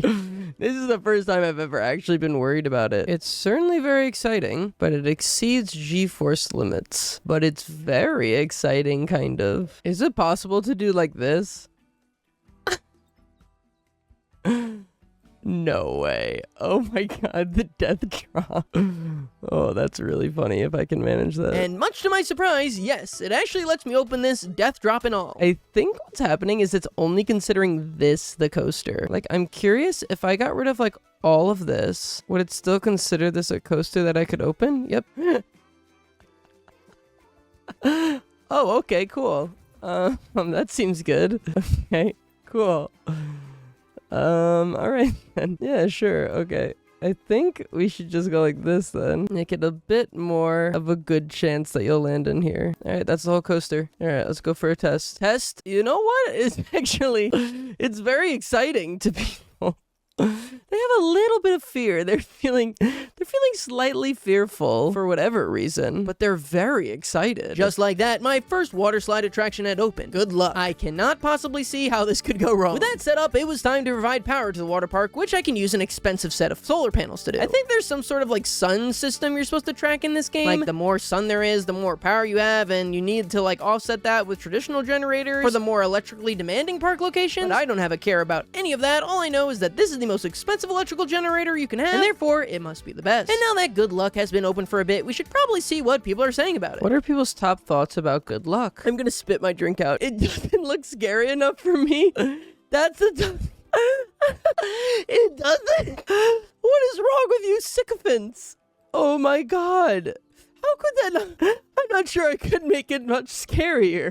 It's a tube, and what must be at least a 90-foot drop into a pool. It must be more than that. It must, like, that's gotta be like a 200-foot drop. It's not scary enough? Yes, it seems all my experiments in cruelty I had been periodically performing on the people of Heaven's Gardens may have actually been a bad thing, as they've now been conditioned to such level of torture that not even a 200-foot death drop would be enough for them. If I wanted to make my water park successful, I was going to have to reach into the furthest depths of my twisted mind to satisfy them. But for now, I need to build a water tower to clean the pool water, because even the most perversive psychopaths have some sort of standards. Even Osama bin Laden made Violet move out of his Animal Crossing island. Even still, the process for getting people to start coming to the pool was extremely slow and tedious, as even after all this time, just one single person was swimming in there. And that was definitely just because I hadn't cleaned any of the bathrooms in like 3 days. The main problem was that I had accidentally built the Giga Pool on an incline, and as such, there was actually no way to get inside, which brings up the question, how the hell did that other person get in there? Or did he like come with the pool? After building up some ramps to access my Giga Pool, it quickly starts popping with hundreds of people quickly funneling into its water. I figure I should probably place down some pool chairs on the side here because people usually like those. But little did I know the power that these pool chairs held. Every single time I would place one, it would become occupied by someone almost instantly, and it never ended. No matter how many pool chairs I placed down, there would always be someone to fill it. The chairs seemingly creating people out of thin air in order to populate them like a K-pop fan on Twitter. Were these chairs the secret to eternal life, summoning people from an otherworldly realm in order to fill these pool chairs? Back when I was creating coasters, everything made sense to me. But here in the land of water parks, it felt like I transported to a land beyond my understanding. I was scared of it, but you know, it excited me. The people here, they're not human like on the other side. Like here, where seemingly hundreds of people just get stuck on this single railing. I had never had an issue like this before in all my hours playing Planet Coaster. Were the people in my water park even real? Or just lifeless husks controlled by a water park loving demon from realms beyond? Well, human or not, their participation is incredible for me, as it gives me the achievement for having 2,500 guests in my park at once, while all having at least a 70% in a positive mood. That does mean that a solid third of my guests have been pissed off this entire time. But hey, even non-believers will complain in heaven, picky eaters will complain at an endless feast, and Nintendo fans will complain really, you know, no matter what. It sucked. No, I mean, not worth it. It's a little boring. It sucks. Also, for some reason, over here on the way to the water park, there's like 1 million people standing here like, move, what are you doing? I don't understand. I tried building like a bunch of changing rooms, but that somehow also just does not work. What do you require from me? But anyway, it was time to start building out the rest of this water park. And one of the Steam achievements for this game is to have 30 people on water slides at the same time. So I need to build a ton of different water slides that would all simultaneously entice people. I think long and hard about what would entice people to a set of a bunch of different water slides. Something that our brains chemically crave and would have people addicted to riding my slides. And after searching through the flume options, it seems there's no option for a nicotine-based slide, so I'll have to go for the next best option. Gambling. Yes, gambling is so in right now, and if I wanted to shoot to the top of the charts, I would have to incorporate that into my ride. It may seem like an impossible task, but for a park genius like me, it was no problem. My hands moved on their own for the next hour until it was done. I was struck with inspiration and toil away refining my slides. What I did was simple. I created 5 different slides. Now at the top, they'd all look exactly identical. No way to tell the difference between them. And immediately, they would all start twisting and turning around each other until very quickly, you'd have no way of telling which slide was which. They'd all have just jumbled together into this mess of clear tubes. Then at the very bottom, 4 of the slides would give you the time of your life, swinging you around on hills and valleys and eventually dropping you into the Giga Pool, safe to reunite with your family. But this was not the case with one of the slides. For if you chose poorly, you would not be sent to the Giga Pool. Instead, you would be sent to the pit of blades, shot straight into a hole where thousands of sharpened metal swords threatened to shred through your entire body in an instant. If you somehow survived that, you would land into a shallow bed of water, no deeper than your average kitchen sink, covered in cuts and with no doubt a broken tailbone. Your suffering was still not over, as now you'd have to crawl through the hell tunnel, a dimly lit 2-foot tunnel where you could feel the heat of fire burning your knees, the smoke filling your lungs. You'd need to be tactical in your approach here. How many breaths could you take before you gave out to smoke inhalation? Should you go quicker to get out as fast as you could? Or should you go slow and try and preserve oxygen? You made it to the very end of the tunnel, and the light now shines at the top of the hill. Victory was within your grasp. Except as you reach the top of the steep incline, you realize your work still isn't done here. Walls now stood before you that you'd be forced to climb, with the final one standing at over 15 feet tall. After that, you'd need to dodge around the spike lane as your already burnt kneecaps try not to give out. With that, you were on to the final challenge of your water slide, the shootout raid. Tens of cowboys will be firing live rounds at you with no break in sight. There's no way to dodge them completely, so you must just decide which of your body parts you care about the least as they get blown away by bullets. And perhaps most horrifyingly of all, after all that, before you freely step foot back into the park again, you're funneled into a gift shop, and it's not even related to the ride, just a completely random hat shop. You walk out into the park with a hat, and you know this could have all been prevented if you just gambled better. I'm sure with a ride like that, you'd expect countless numbers of complaints to come flooding in about the evil, sadistic nature that such a ride brings. But surprisingly, no. People's main complaint is actually that the 4 other slides keep launching them onto hard surfaces, requiring me to give them constant refunds. I do not know how this is happening. The slides literally launch right into the diving section of a pool, but I guess that means the blade pit is actually just like super chill. To further pad out my number of slides here, I throw down a bunch of really short ones that go straight into the pool. Also, I stared at these green spots for like a really long time, thinking I needed more water filters or something, as this was all like a bunch of stink lines from people taking dookies in the pool. But it turns out this is just rising smoke from the hell tunnel, so all is fine. Or at least I thought it was until I see 3 people just floating in midair. What is happening in the water park? How did you get up here? Honestly, I'm feeling more and more like the demons who populate this park are actually actually going to feel at home in the Hell Tunnel. Now, while my 5 water slides, which I had named War, Famine, Pestilence, Death, and Conquest, were surprisingly big hits, they were only single rider slides, which wasn't super great for pushing me to that 30 people on slides achievement. So on the other side of the Flume platform, I built a family slide called Family Fun. You can either gamble or have a family. Those are the 2 genders now. If I'm being honest with you guys, I have no idea what I'm doing, but apparently it doesn't matter, as neither did the devs, as the water park aspect to this game is like 10% as fleshed out as everything else. So I just slapped down a bunch of random 2 parts and called it a day. Like for my next slide, I need to grab the achievement for having a slide with a drop of over 100 meters. So I just build up really high, put a bunch of pieces flying down to the ground, drop it into the pool, and still somehow grab the achievement. Seriously? I mean, how is this allowed? The friction alone going down this thing would deglove you in seconds. Let's give it a test. Oh my god, this is horrifying! This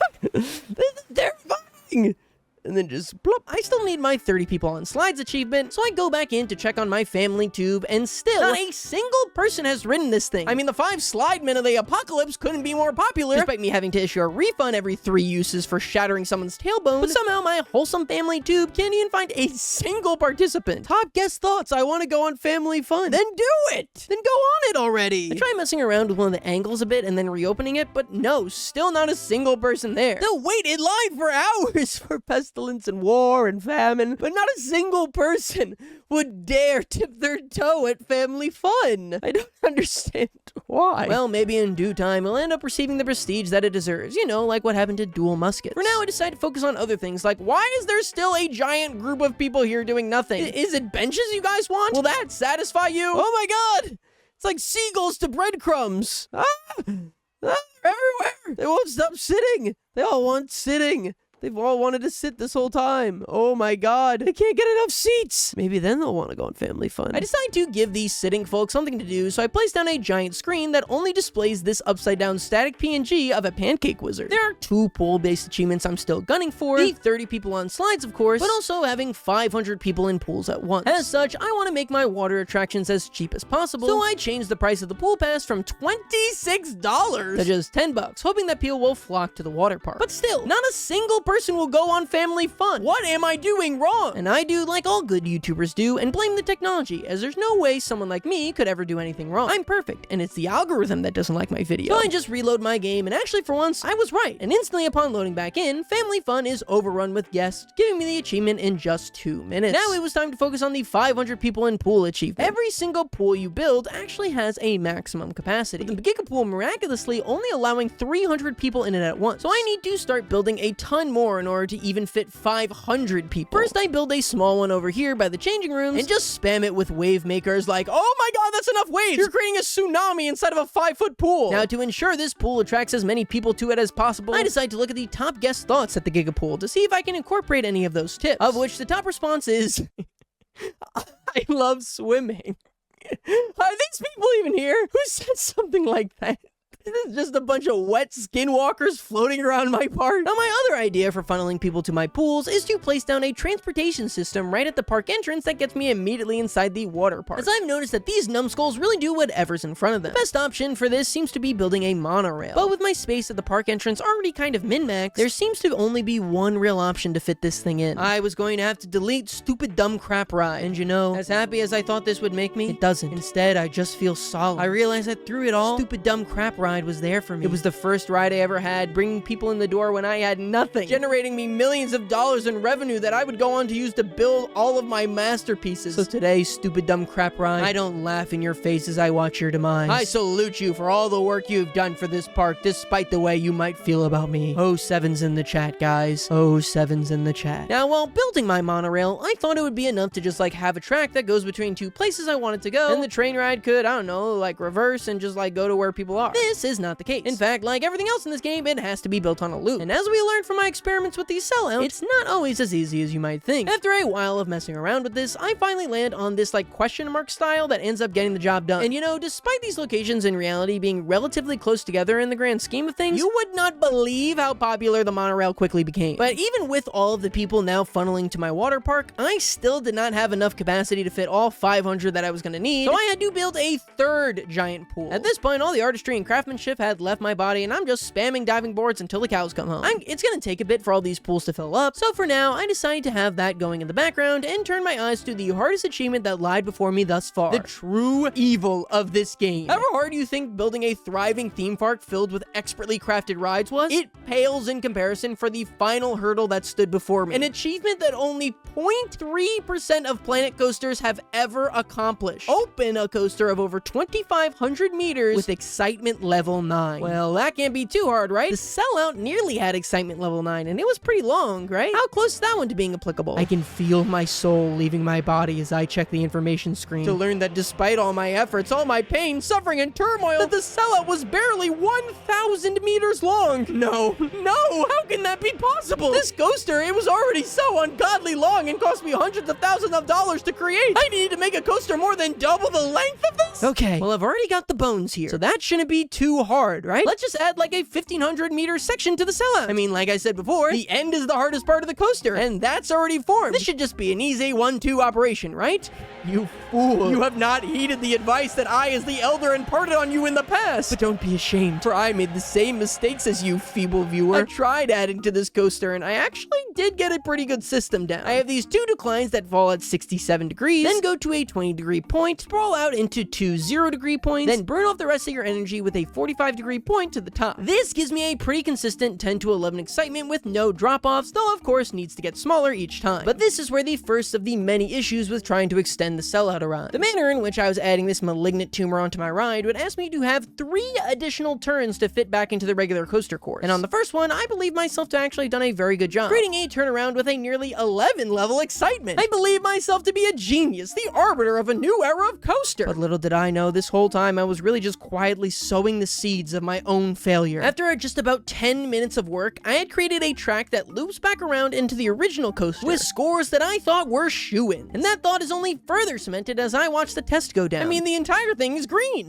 9s, 10s, 11s, it was glorious. Was it just that simple? I mean, admittedly, at the very end, it did take a sharp hit to my excitement rating, but surely the rest was still enough to earn me my coveted 9, right? How does it only have a 7.23? That doesn't even make any sense. Most of the ride is 11. How could it have gone down? I actually improved the ride. How could it have gone down? How is that even possible? Look at all this 9, 8. I mean, there's a couple 8s in there, but 7? I mean, 7's crazy to me. Oh my god, I thought I way overkilled it. No, it's like just barely long enough. But where are the problem spots? Of course, the major factor I had not been considering was fear. And my coaster was just riddled with it. To have a track that can last for 2,500 meters, you're gonna need an insane amount of launch pads, which of course just shiver the timbers of all your riders. I spent another 3 straight hours trying to build and rebuild this coaster to get that coveted 9 rating, but I never even come close. Like I said earlier, trying to add in sections to a coaster almost never works. You think it's the new sections you add, or even the connections that you need to have the most work, but most of the time it's everything after you add the new piece. Since you're now coming at it from a completely different track, when you re-enter the section you've already completed, all your values are completely different. You've got different speed, different excitement, different G-force, and as such, it completely changes the entire rest of what you had before. You can have sections hundreds of meters long, and previously they all had perfect excitement, but now because of those changed factors, they're complete duds. Eventually, I come to the realization that while you can make very, very tiny adjustments to your coaster after it's done, if you have to do anything major like change an entire hill, change the launch speed of a launch pad, add an extra turn, you are better off just starting the whole coaster over. And that is what I am forced to do, as I abandon my dreams of refurbishing the sellout and instead need to start on an entirely new coaster. I flatten out the rest of the map that I was given to try and place the coaster as close to the middle as possible. You have no way of actually measuring areas in the game, but my hope was that the entire section would be enough to fit the coaster side to side once, meaning I would only have to have 2 turns, because if I had to add any more than that, things would get kinda sticky. This time I go for an LSM2 coaster, which I don't really know what that means, but all you really need to know is that it uses magnets to propel the coaster through the launch without as much need to stop, making it much easier to add launch sections without neutering your entire coaster. The other big change I make from the sellout is to start the coaster much closer to the ground. Building so high up seemed like a great idea at first, but getting back up to that point was basically impossible by the end of the coaster. You're much better off doing slightly smaller hills and doing more of them, though this is, of course, 50 times more tedious. And oh my god, I cannot explain how tedious this is to you, because I don't even want to get a single thing wrong. I literally place a single piece of track, wait for the test car to come by, adjust it to be more in line with what I was looking for, test it again. At first, this isn't really a big deal, but when the car starts 2,000 meters away, it starts to get a little annoying.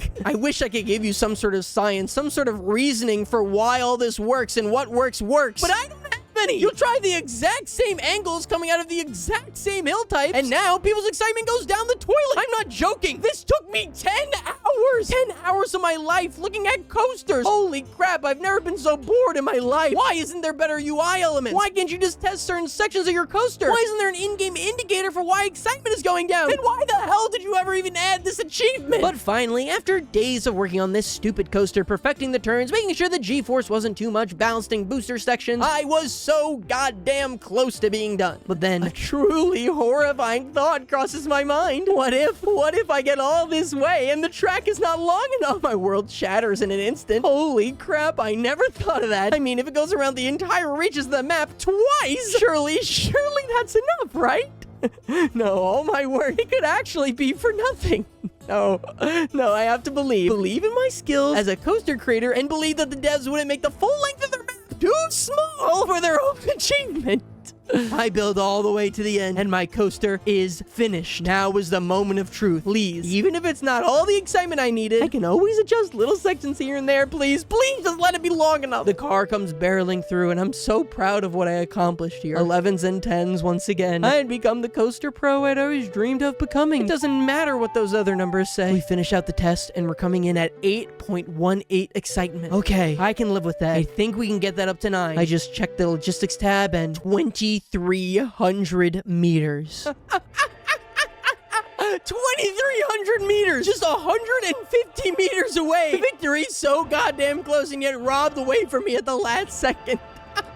I get to rebuild my entire coaster because of 150 meters. And believe you me, I tried to fight against this. I tried to just add in an extra section or two, but no, none of it worked. I mean, look at how big this turn is. Could I really have done much more here? So yes, I end up just rebuilding the entire second half of my coaster. Another day of my life down the drain to optimizing goddamn roller coaster tractors, I guess. I seriously don't know how to express how frustrating this all was to you. But finally, after so long of working on the coaster, I get a finished product. It's long enough, but unfortunately the excitement rating is just a measly 8.18 once again. Now, I could just try adjusting the slightly scary parts of my coaster, but like I mentioned earlier, that threatens to risk destroying my entire operation. One tiny change in the wrong spot, and this could all blow up in flames. And so, I get a different idea. I know that scenery score affects the excitement of your coaster, even if it's just ever so slightly in each area. That might be enough to get me across the 9-point finish line. Still completely unsure of how scenery works, I go into the scenery lab and just find the most expensive piece in the game. This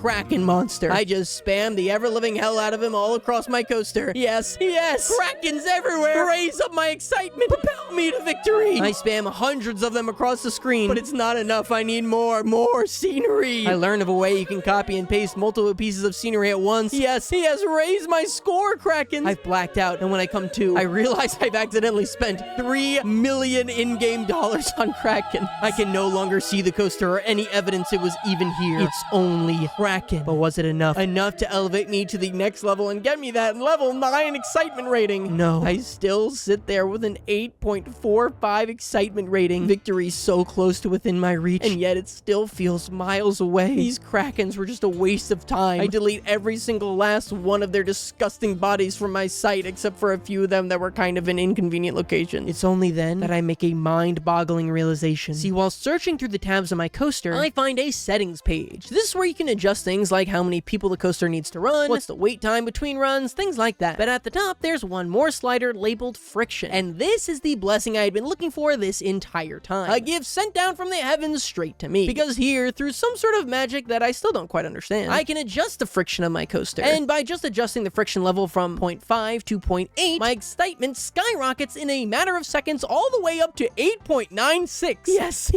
I'm not a failure. I'm just an idiot. Being just 0.04 points of excitement away, I know what I need to do. It was time to bring back the Krakens. I was wrong to ever doubt you, my beautiful water monsters. Oh, how I missed you so. I raised my scenery score to an absurd level, so now with just one last test, I knew I was destined for my achievement. Now it's how is it too scary? What's scary about this? What's scary about this?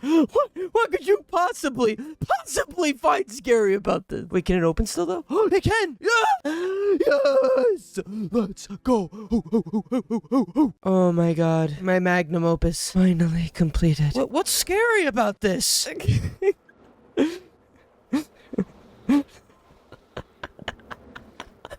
Wow, it's truly beautiful. Oh, they spit water on you too. I was hoping they would do that. Guys, I'm starting to think that somewhere along the way on this journey, I lost my mind. I'm not exactly sure when, but now that I'm seeing it all, like, put together, I'm starting to put the pieces together that I might have lost it on this one. I might have just gone a little bit crazy on this one. And with all that out of the way, but one single achievement laid in my way, to finally have a 5-star park. And with all the time that had passed, I had 5-star ratings in every single category except for park reputation. In order to boost that, your guests need to feel like their needs are being met. And luckily for us, there's an entire menu with both comments and bar graphs on what needs they need met. The biggest complaint is that there's nowhere to buy anything. No food kiosks, no drink stands, and most importantly of all, no souvenir shops and nowhere to buy sunscreen. In order to... Wait, did the game just say sun cream? Who the hell calls it sun cream? Sunscreen, suntan lotion, even sunblock, but sun cream? Okay, anyway, to address those, I start slapping down a bunch of food and souvenir shops, even though I don't have the faintest clue where you can find sun cream. After doing some online research, apparently they can buy that at the guest services stand. How would I have ever guessed that? My next biggest complaint was that the Ring of Fire was too expensive. I had set it to dynamic pricing a while ago, where it changes based off of the line length. But since it's my most popular ride, I guess it always has a really long line, and as such, it was always really expensive. In order to call favor with these sunburnt chuds, I make the ride practically free. People were also complaining that apparently they were drowning because there were no lifeguards at the water park. Wait, really? I thought I hired a ton of lifeguards. Where the heck did they go? Well, whatever. I hired some more and some more janitors for some good measure. Now, all that was really left to do was just wait, and soon enough, my favorability would rise. So while I wait around, I decided to show my girlfriend Tuesday once again my fully completed park, and clearly she was loving it. Are there any other amusement parks these people are allowed to go to, or no? Well, there's actually 5,000 people here, so people actually really like my parks, believe it or not. Oh, see? look at all those people. Yeah, people love the Do you pool see those chairs. people?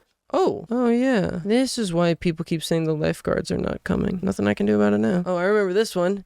This is a really good time. Then, what? Oh my god, Buldo's family Squiggle! I didn't realize it had become popular! Oh my god, it's my dream come true. This was like my dream ride.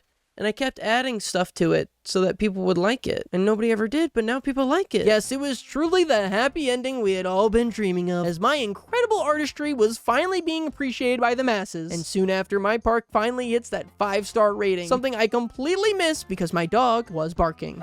Cranky bits. With that, we had completed every single achievement in Planet Coast. Oh, who am I kidding? You guys see the runtime. Yes, while I hadn't finished all the game's achievements that you can complete in the game's sandbox mode, there is actually more to this game than just that mode. In fact, there's an entire story mode. Now, you probably didn't know this, as I might be the first person to ever talk about it. Career mode in this game is really pretty simple. You get assigned a pre-existing unfinished park, and you're given a series of tasks to bring it up to snuff. These tasks start off with easy things like place down a bathroom, but then by the end progress to be much harder. Things like finish this pre-existing ride, or keep 3,000 guests in a good mood. Each and every one of them ends with the same task as well. Get a park rating of 4.5 stars. There are 19 different parks you need to restore in total, and despite having many similar tasks, they can vary wildly in difficulty. Now, when you think of difficulty in a Planet Coaster 2 campaign mode, you're probably thinking you need to accumulate a lot of cash or have a ton of guests. No, all that is pretty simple, because at the end of the day, if you just wait, you will get tons of both. No, the real villain of career mode in Planet Coaster is much more insidious than that. Much harder to work around than just money. This mechanic is so annoying that they're bound to put it in the next Danganronpa game. The true villain of Planet Coaster 2, space. You see, in each career mode, you're given a limited amount of space to place your park on, and you have to place your entire park in those confines. Now, on the easier maps, you're given a lot of space and really no restrictions. Take the island level, where you're supposed to design some sort of beautiful island amusement park sloping around the ocean to create a relaxing paradise of pure joy. Well, that sounds really hard, actually. So instead, let's get our urban development on, baby! No more beautiful landscapes, no real infrastructure, we need gray paths. More gray paths everywhere! Cover everything that gives this place personality. Expand, expand, expand! I'm gonna sacrifice 4,000 unhoused veterans to build an IHOP. Doing this makes building your park just 10 times easier, as you've now got this open room to build on. You've just got all this flat land and you really just slap down whatever. For these career modes, you can just place down a bunch of flat rides and blast through all the objectives in under an hour. Then you've got the middle of your park career modes, where you're given a somewhat limited space to build within, but you still got as much wide open space as you want. In that case, you'll have to get creative with your pathing, but you can always just build upwards and layer 2 parks on top of each other. These take a little longer, but can still be knocked out without much effort. But there are several parks here where there is no such luxury given to you. Parks so cramped and stuffed together that you will be spending hours upon hours trying to find tiny ways to squeeze coasters in. And while I'm going to be skipping past most of career mode, since it's mostly just a matter of slapping down Resurgence and waiting, these I do want to talk about, if for no other reason than to share my pain with someone. First up, we've got this beautiful Viking retreat that you're supposed to build a water park in. You're given an incredibly limited area to build in, and you're not allowed to remove any of the existing water rides, which, given the amount of room you're allotted, is going to be like 40% of your park, right? And I guess that shouldn't be too much of an issue in theory, right? Just build everything into the pools and have a ton of pool-based attractions. I mean, the game even incentivizes you to do this by having you rebuild a bunch of flumes. Well, that wasn't an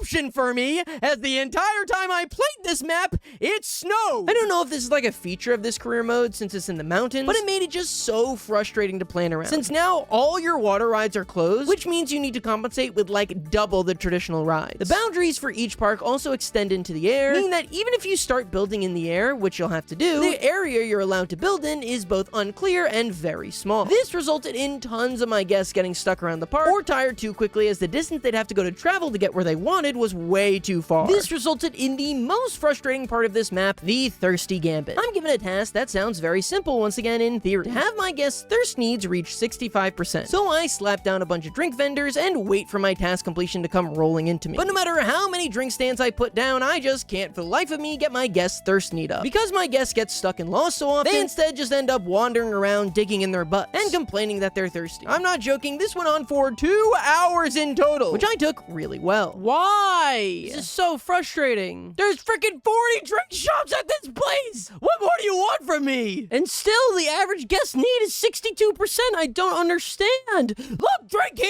are you psychopaths? Like, come on, it's so stupid. Who is thirsty? I'm just gonna shut down, like, should I just shut down all the rides? So people just like consume? And that's exactly what I ended up doing, closing down every single ride, attraction, and facility except for the drink stands. Flock to the drink stands, cattle! This does end up working, but hilariously, this was the last objective I needed, so it now labels the run's most popular attraction as Latte Love Shop 4. It's a water park where it always snows, they have no rides, but don't worry, the coffee's pretty good. There was also this one where you can only build certain rides in certain sections, which was kind of annoying, as the best way to get your money up is just spam flat rides. So we had to go all coasters on this one. You also have this one where you aren't allowed to do any landscaping and weren't allowed to just build above a certain height, which made trying to build any roller coasters just absurdly annoying, since they just had like one loop go over the limit. But all of these pale in comparison to the hardest objective career mode had to offer, the stupid freaking lazy river one. This one is just absurdly strict about keeping the lazy river and really giving you no other room to build anything. Seriously, I don't even know how they ever intended you to get 5 stars here, but I had to build like absurd contraptions like this. Far and away the worst part of this map though is, for whatever reason, they're obsessed with forcing you to create these like really long rides. Like, you need to make 3 different custom log flumes. Definitely the worst one is the one where you need to make a 20-foot drop. The area you're given to build inside is just so small, which is particularly frustrating with log flumes, as the rules on them are so rigid that you have to like contort it in all these weird ways to get it to actually fit. Seriously, if I see another "you can't build there" message, I might just crash out. Before we get to the final level, I want to share some tricks I learned to blast through this as quickly as possible. Firstly, make a preset with all the drink, food, and souvenir shops. That way, every time you pop into a new level, you can just slap one down. If a level ever asks you to get happiness or thirst rating or whatever to a certain level, just close and then reopen the park. Guests always enter the park at max meters, so as they file in, you'll just get it with no effort. Finally, anytime the game asks you to build a coaster, 90% of the time there's a pre-built that matches the instructions, so just make sure you finish research early. Your research persists through all of the career mode levels, so get it done in the first level by just spamming mechanics and workstations. The final level of career mode has a lot of wide open space to build with, which thankfully makes it very easy, except for one major factor. You need to finish these 2 roller coasters that stand next to each other, and the requirements are absurdly specific. This takes me like 2 hours of noodling around, but thankfully the second roller coaster has literally the exact same requirements, so you can just follow the path of the other coaster, which I don't know if that was their intent, but boy does it make this easier. And with that, I finish out the career mode level, earning me my 72nd medal and final achievement in the game. Also, there was apparently like some sort of story here between 3 brother roller coaster builders, and if you really care about the story in Planet Coaster 2, brother brother, you might need Jesus. In total, my creative mode took me about 50 hours, and the career mode took me about 20. Oh, wait, I forgot to mention. Despite every single career mode being completely different, they all end exactly the same. Like I said before, you have to get the park to 4.5 rating. Of course, for this, you'll need Scenery 5, and I learned that it doesn't matter at all what you place. So now there are 19 parks sitting there with completely perfect rides, drinks, staff, anything you can name, only they're all covered in crabs! Yes, crabs everywhere! There is no escape, as around every single corner is just more and more crabs! Everything in this life is destined to return to crabs!